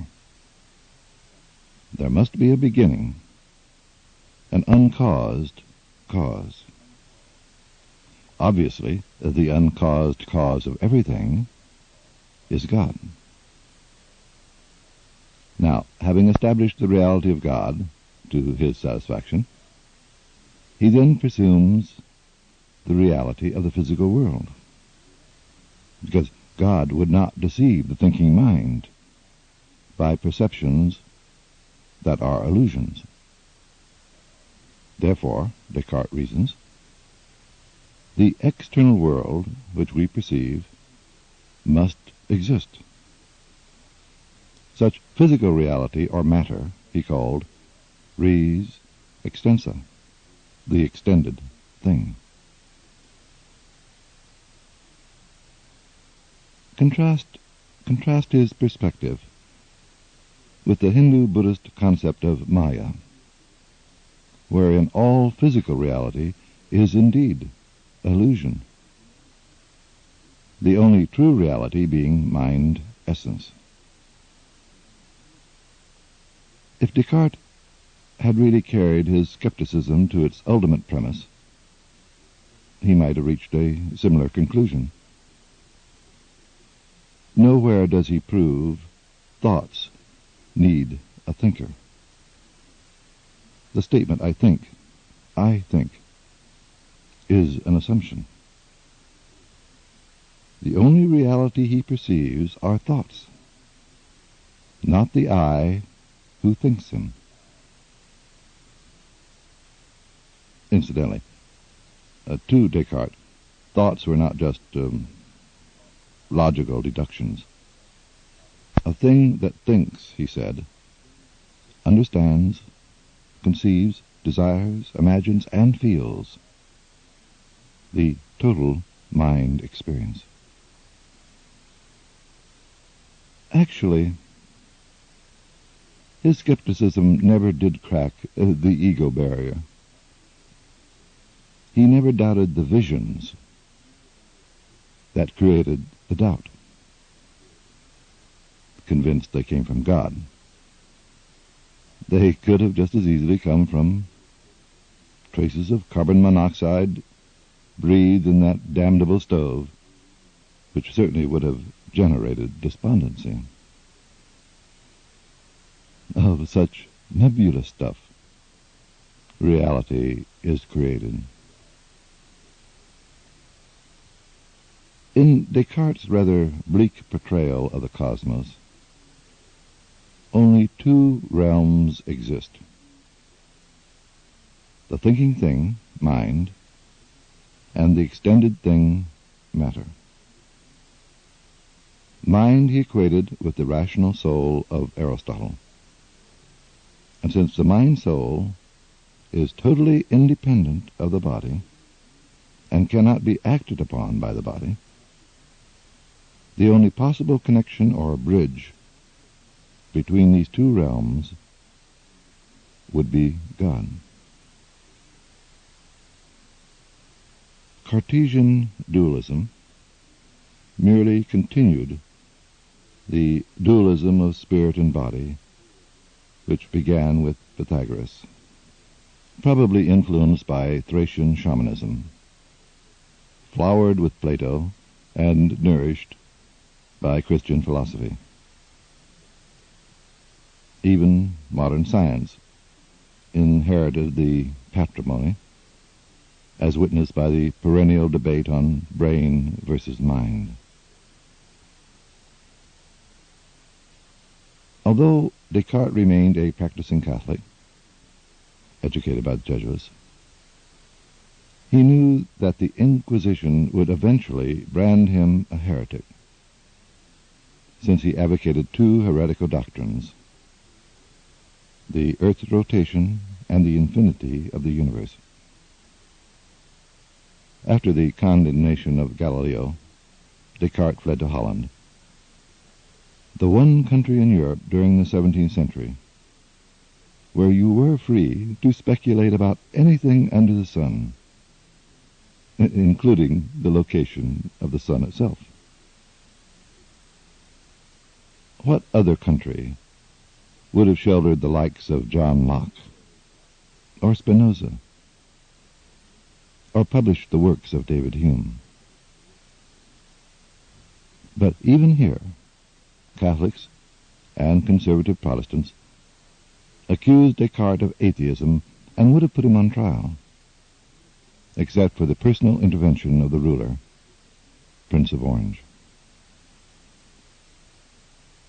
Despite such accusations, Descartes had made God essential to his scientific philosophy. During the ensuing years, however, scientists gradually omitted the God connection and concentrated primarily upon the nature of matter, which is ironic, because the premise of "I think, therefore I am" makes mind more certain than matter. Like Galileo and Kepler and Copernicus, Descartes believed the physical universe, res extensa, matter, is governed by mathematical laws, of which God, in his goodness, allows the human mind to comprehend. In his effort to reduce all physical interactions to mathematical relationships, he once said, "My entire physics is nothing other than geometry."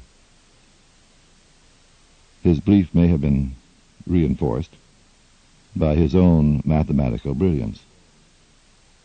He created analytical geometry.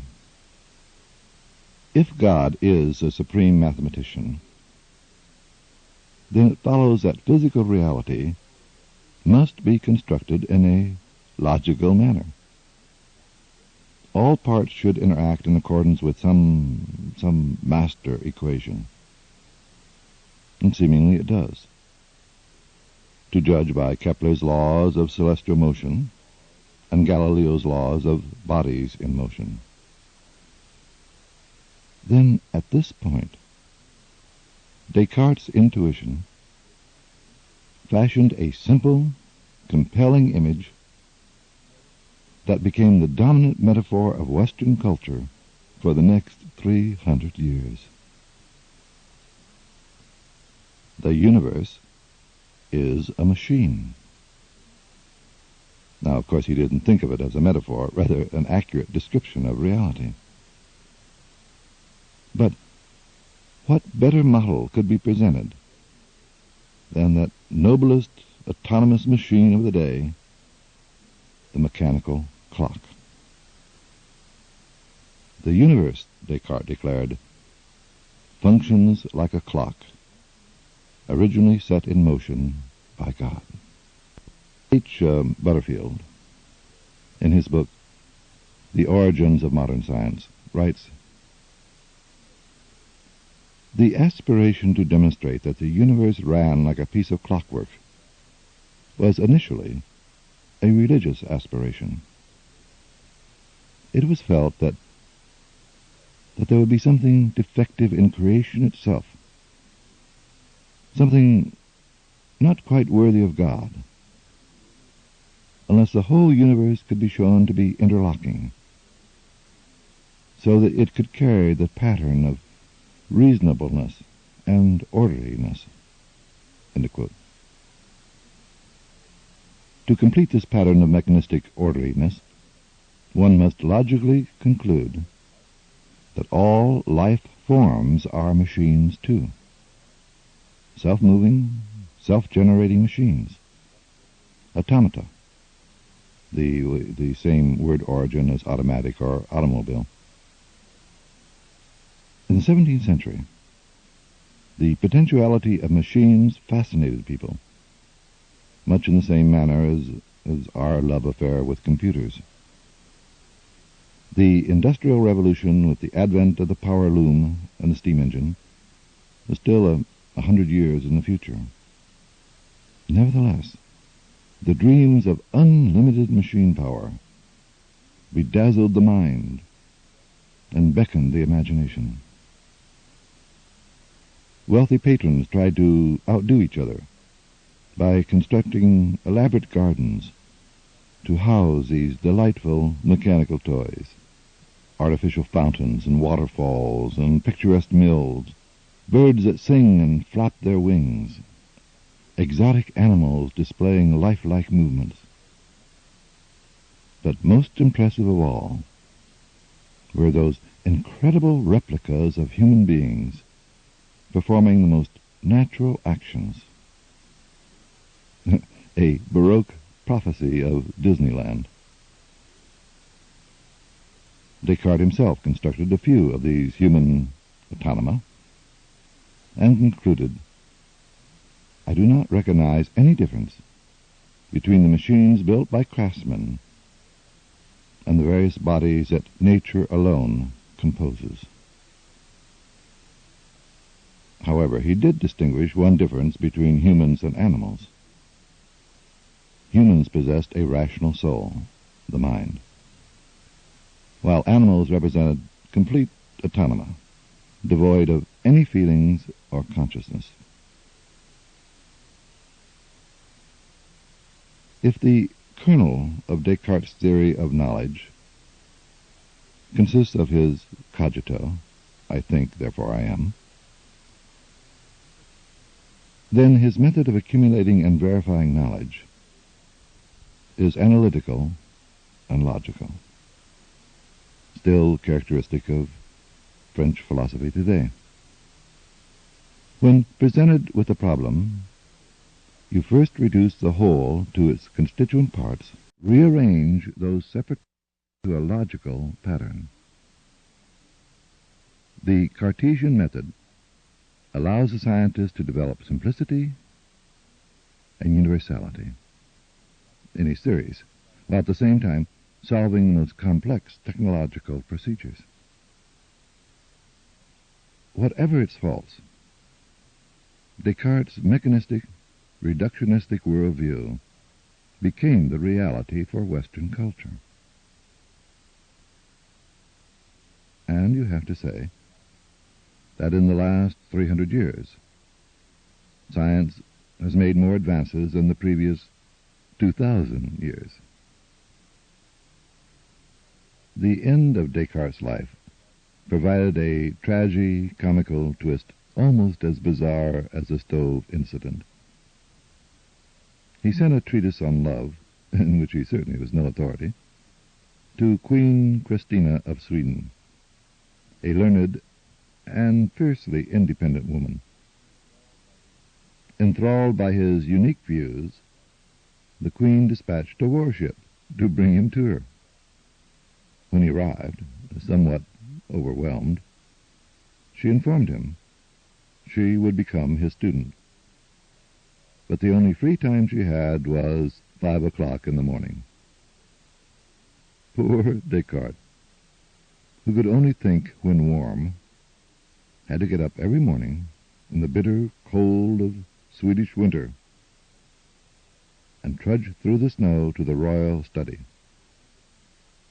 After a few months, he caught pneumonia and died. Descartes' mechanistic paradigm could never have prevailed if Isaac Newton, 1642 to 1727, had not completed the scientific revolution. Einstein, who should know, said of Newton's achievements, "Perhaps the greatest advance in thought that a single individual was ever privileged to make." Newton modestly said of himself, "I do not know what I may appear to the world, but to myself I seem to have been only a boy playing on the seashore, and directing myself, and now and then finding a smoother pebble or a prettier shell than ordinary, while the great ocean of truth lay all undiscovered before me." From our school books, most of us remember Newton, more or less, as a comic book character, dressed in funny clothes, seated beneath the tree when the infamous apple hit him on the head. "Aha!" he cried, "I have discovered gravity." And we school children all chortled, for any dummy knows that. On the other hand, there is a story of the astronauts coming back from a moon landing. When ground control asks, "Who's piloting the craft now?" the answer comes back, "Sir Isaac Newton." And in a sense, they were right. Without his discoveries, we could never venture into space. An intriguing question arises about Newton's life. Would he have become the world's foremost scientist if the great plague of London had not occurred? He was still an undergraduate at Cambridge when the devastating bubonic plague swept through the English cities, killing thousands. Forced to retreat to his rural hometown of Woolsthorpe, Newton busied himself the next 2 years by developing an entirely new form of mathematics, differential and integral calculus. At the same time, he discovered the true nature of light, mainly that white light is composed of all colors of the spectrum, and most significantly, he began to formulate his theory of universal gravitation, fundamental contributions to mathematics, theoretical experimental physics, and astronomy, all accomplished in 2 years of idleness while still in his early 20s. After he returned to Cambridge, his teacher, Isaac Burrow, soon resigned the chair of mathematics and recommended Newton his successor. Curiously enough, Newton never published any of his findings. About 20 years later, Edmund Halley, astronomer and after whom the comet was named, visited Newton to ask help in solving the most pressing astronomical problem of the day. Why do the planets move in elliptical orbits? And to his great astonishment, he learned that Newton had long ago discovered the answer. He just had not bothered to inform anybody, and was not particularly willing to do so now. Finally, Halley persuaded a reluctant Newton to write a book disclosing his theories on the provision that Halley would arrange the printing and pay the cost. In this single book, Mathematical Principles of Natural Philosophy, of physics in those days was called natural philosophy, published in 1687, Newton summarized his discoveries in terrestrial and celestial mathematics. The exploration of all the principal types of motion we can observe on Earth and in the heavens. A major landmark in the history of science.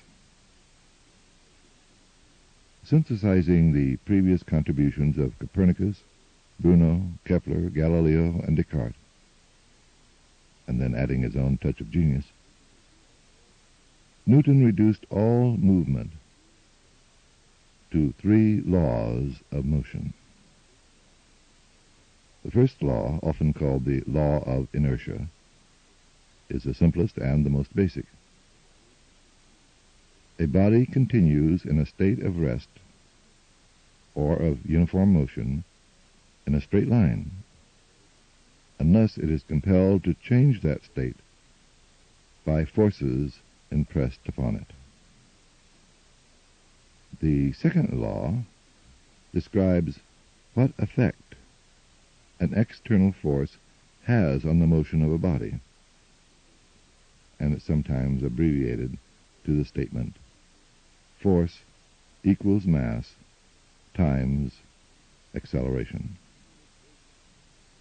The third law, perhaps Newton's only original contribution, to every action there is an equal and opposite reaction. Newton begins his book by stating these 3 laws as axioms, and then proposes all motions on Earth or in the solar system can be explained by adding one more basic law. As he himself writes, I now demonstrate the frame of the system of the world. In other words, what makes the universe hang together? The law of universal gravitation. Quote, every body attracts every other body with a force directly proportional to the square of the distance between them. End of quote. And there you have it. 4 laws that explain ocean tides, an apple falling to the earth, a stone rolling down the mountain, the motions of the moon, the elliptical orbits of planets, the precession of the equinoxes, the oscillations of a pendulum, the mysterious orbits of the comets. He literally explained everything then known about motion. But Newton's mathematical model quickly assumed the status of official reality, the proven reality of Descartes' clockwork universe. So in the 18th century, that is 18th century Europe, Newton became the intellectual sage of the times, much like Einstein in our century. He was elected president of the Royal Society, the most prestigious post in all of science, appointed Master of the Mint, and finally knighted for his services. To his contemporaries, he well deserved the epitaph penned by Alexander Pope. Nature and nature's laws lay hid in the night. God said, "Let Newton be," and all was light. And yet, Sir Isaac Newton was not what he appeared to be. A bare recitation of his achievements may illustrate his scientific creativity, but does little to illuminate his complex temperament. The general public knew him as a generous-spirited individual.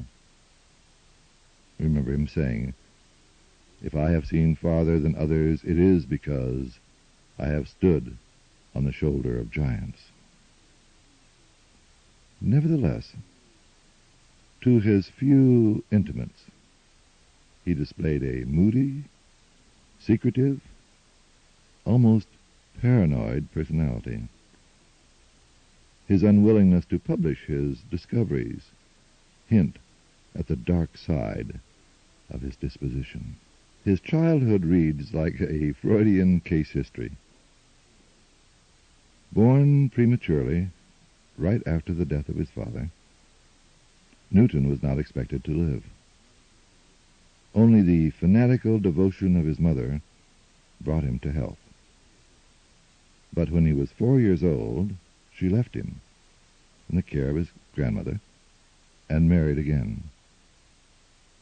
Evidently, he could never overcome a sense of abandonment. Biographers claim he remained a virgin all his life. Occasionally, his paranoid tendencies would erupt into bitter controversial arguments with other scientists, so antithetical to his public image. Some recent studies suggest his increased melancholic reclusiveness resulted from his many chemical experiments with arsenic and mercury, in a period when they tasted chemicals for an analysis of purity. Still, even as a young man, he tended to be reticent and secretive. As it turns out, with good reason. He led a double life. His true passion lay with the occult and the esoteric. Science and mathematics remained minor themes in his scale of values. While still in his youth, he surreptitiously renounced his belief in the Christian Trinity and became a monotheist. A monotheist in a rather murky, tangled, occult version of the school of Maimonides, the great Jewish rabbi and philosopher. Since the revealed God could only be one God, Newton believed the New Testament had been falsified to present Jesus as a Son of God. John Maynard Keynes, Newton's biographer, wrote, "This was a terrible secret, which Newton was at desperate pains to conceal all his life." Now you can understand his legitimate paranoia. A renegade Christian in the England of his day? Civil war between Cromwell's Puritans and the Anglican royalist army of Charles I began the year of his birth. When he was 7, the victorious Cromwell beheaded the king. By the time Newton had reached his late teens, Cromwell died, and Charles II returned to the throne.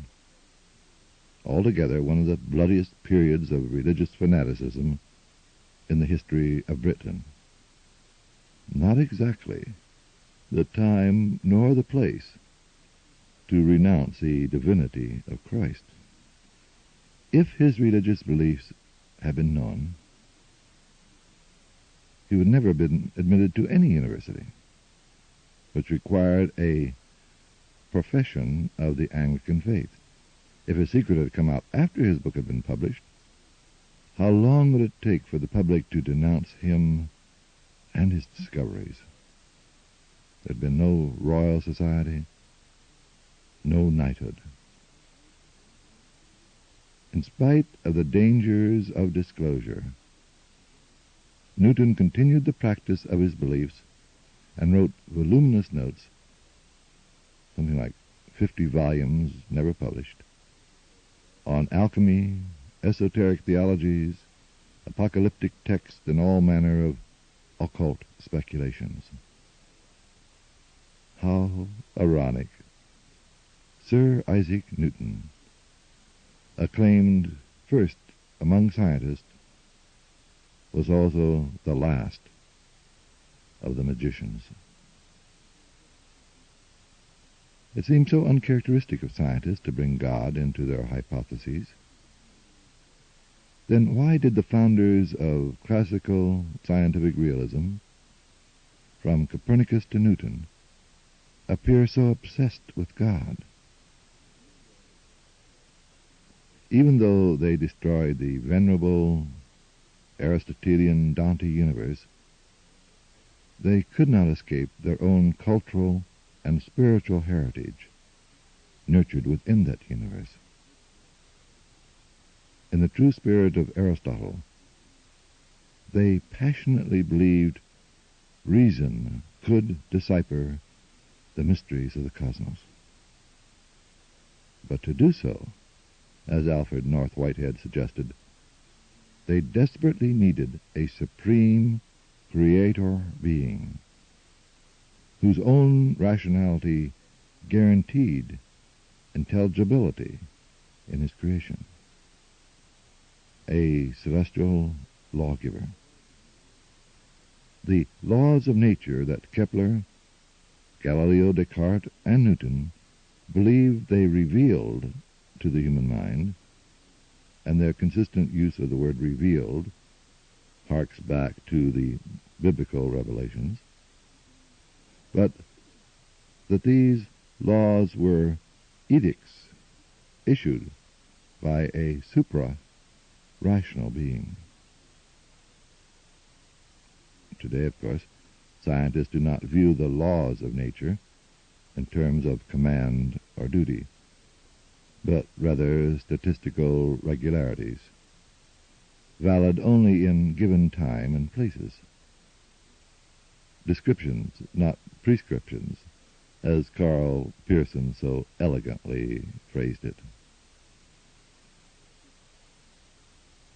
How did the cosmos appear to an individual after the scientific revolution? Newton's laws established a common-sense reality and stability to the universe, understandable and comforting to the emerging middle class, if not to the theologian. God, in his wisdom, had provided a reasonable order to the world of mundane events, the movement of planets, falling apples, and ocean tides. No surprises, no miracles, no glitches. In a cosmology confined to the visible and touchable realm of thingness, you can, most assuredly, assume an objective reality out there. Mountains, stars, and sealing wax will continue to exist, even though you may not behold them directly. Unlike a dream, a religious vision, or a drug experience, you can safely turn your head without familiar objects dissolving into strange entities. Nor did the bourgeois mind of the merchant find the concept of a clockwork universe repugnant. It merely reinforced his own belief that time, like money, should not be wasted.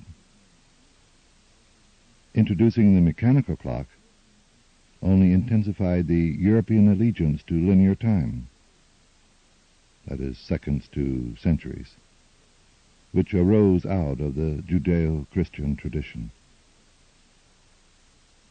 Accordingly, Newton reflects the traditional wisdom of his culture when he advocates the theory of absolute space and absolute time, whose properties and existence are independent of anything else. Matter, moving through this space and time, consists of indestructible particles, or atoms, the origin of the term hard science.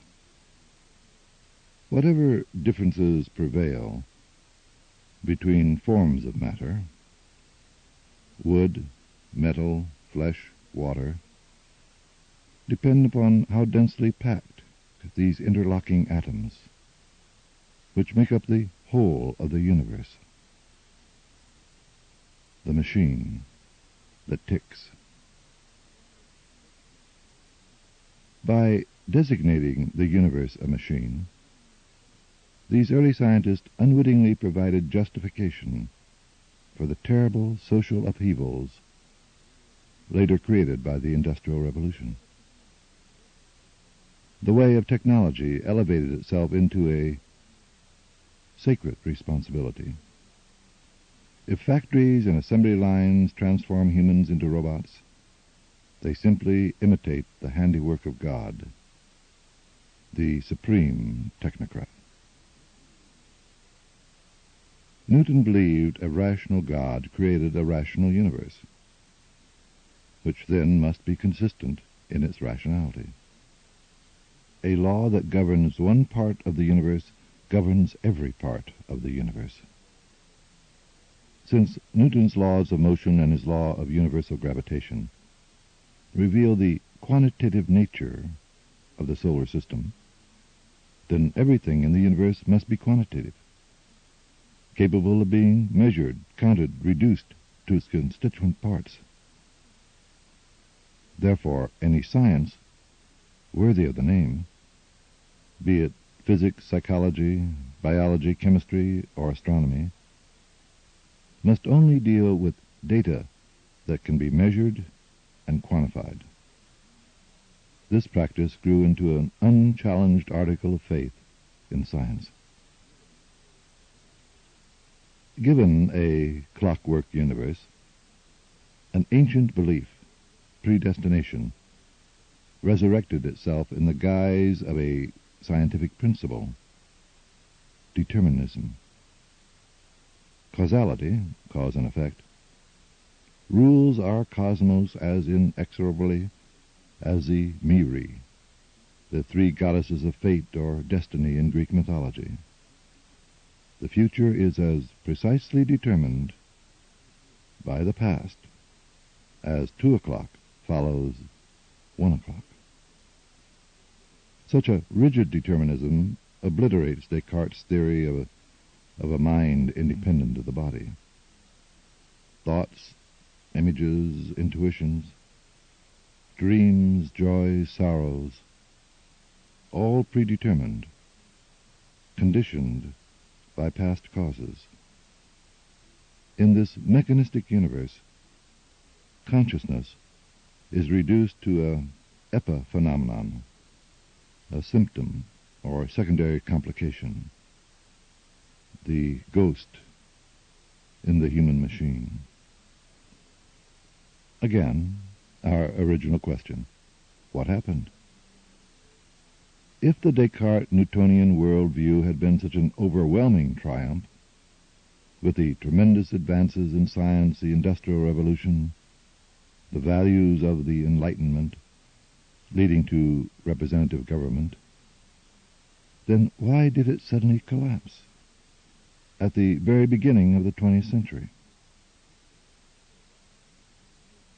This paradigm made common sense as long as it was confined to the sensory realm, the see-touch experience of size, shape, color, identity, location, motion, interactions, the domain of the sentient being. Then Albert Einstein appeared, a socialist, a bohemian, an outsider, opposed to the established culture of the scientific community. He demonstrated that Newton's so-called universal laws do not apply in two increasingly important realms, the very large and the very small. The macrocosm, where galaxies expand at the speed of light through the space-time continuum, punctuated by black holes of nothingness. And the microcosm, the strange enchanted realm of atoms and subatomic particles, where thingness no longer exists, only their potentialities. Einstein's special theory of relativity abolished Newton's hypothesis of absolute space and time, leaving the motion of light the only absolute. Then, through brilliant thought experiments, he proposes time slows down and space contracts the closer you approach the speed of light, verified later by other scientists. So much for a universe consistent in its rationality. In his general theory of relativity, Einstein overthrew Newton's universal law of gravitation. That is, matter produces a gravitational field that attracts other matter to it. The sun attracts the earth attracts the apple. Instead, Einstein postulates that the massive presence of matter, the sun for instance, changes the geometry of space around itself, warps it, transforms flat space into curved space, much like a heavy metal ball nestling on a rubber sheet. Any light traveling close to the sun should then be deflected by this curved depression, appearing to bend in the presence of the curvature. Gravity, Einstein states, is manifested as this curved space. In 1919, during a total eclipse of the sun, the British astronomer Eddington photographed light from distant stars, apparently bending around the sun. In that brief, dark period of the sun's eclipse, Newton's model of the universe collapsed silently, without so much as a whimper. But the Cartesian paradigm of a clockwork universe still survived, like the imposing facade of a bombed-out cathedral.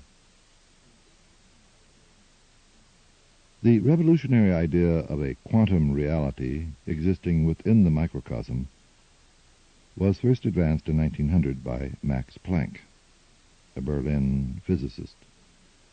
While trying to explain the radiation curve of a heated metal bar, he postulates that the metal atoms release tiny packets of energy, discrete quantities or quanta, which completely contradicts the classical belief that energy flows continuously.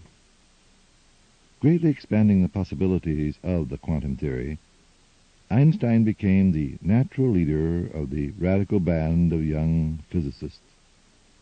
He provided the first convincing proof of the actual existence of atoms, proposed light consists of quantized particles, later known as photons. Unfortunately, light had already proven to be a continuous electromagnetic wave. Nevertheless, Einstein held firmly to the paradoxical idea that light could be both particles and waves. And finally, he theorized that energy and mass, matter, are manifestations of the same thing. E equals mc squared. Our nuclear nightmare. With this single equation, Einstein has forced us to confront the ultimate Promethean dilemma. Do we have the moral strength to use the fire of the gods without destroying ourselves?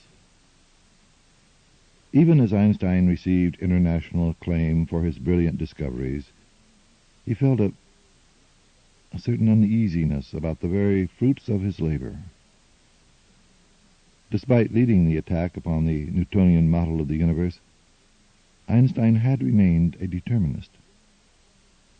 And now the young quantum physicists were chipping away at his reality, challenging Descartes' mechanistic worldview. In what became known as the Copenhagen interpretation of the quantum theory, they abandoned the limitations and logic of the sensory realm, the see-touch reality, which simply did not apply to subatomic particles. For example, you cannot measure both the position and the momentum of an electron at the same time. Or, you will never know when an electron will jump from one orbit to another. Thus, cause and effect, and thereby determinism, no longer function at a level where chance and randomness prevail. Oh yes, electrons, photons, particles exist, but their properties, location, momentum, energy, are only potentialities. As Niels Bohr states in his complementarity principle, quantum reality depends in part upon what instruments we choose to observe it. An observer created reality. Or, as John Wheeler says, no elementary phenomenon is a real phenomenon until it is an observed phenomenon. Einstein could never accept such a capricious universe. In his eyes, God does not play dice. And like a Moses, he could lead them to the promised land, but he himself could not enter.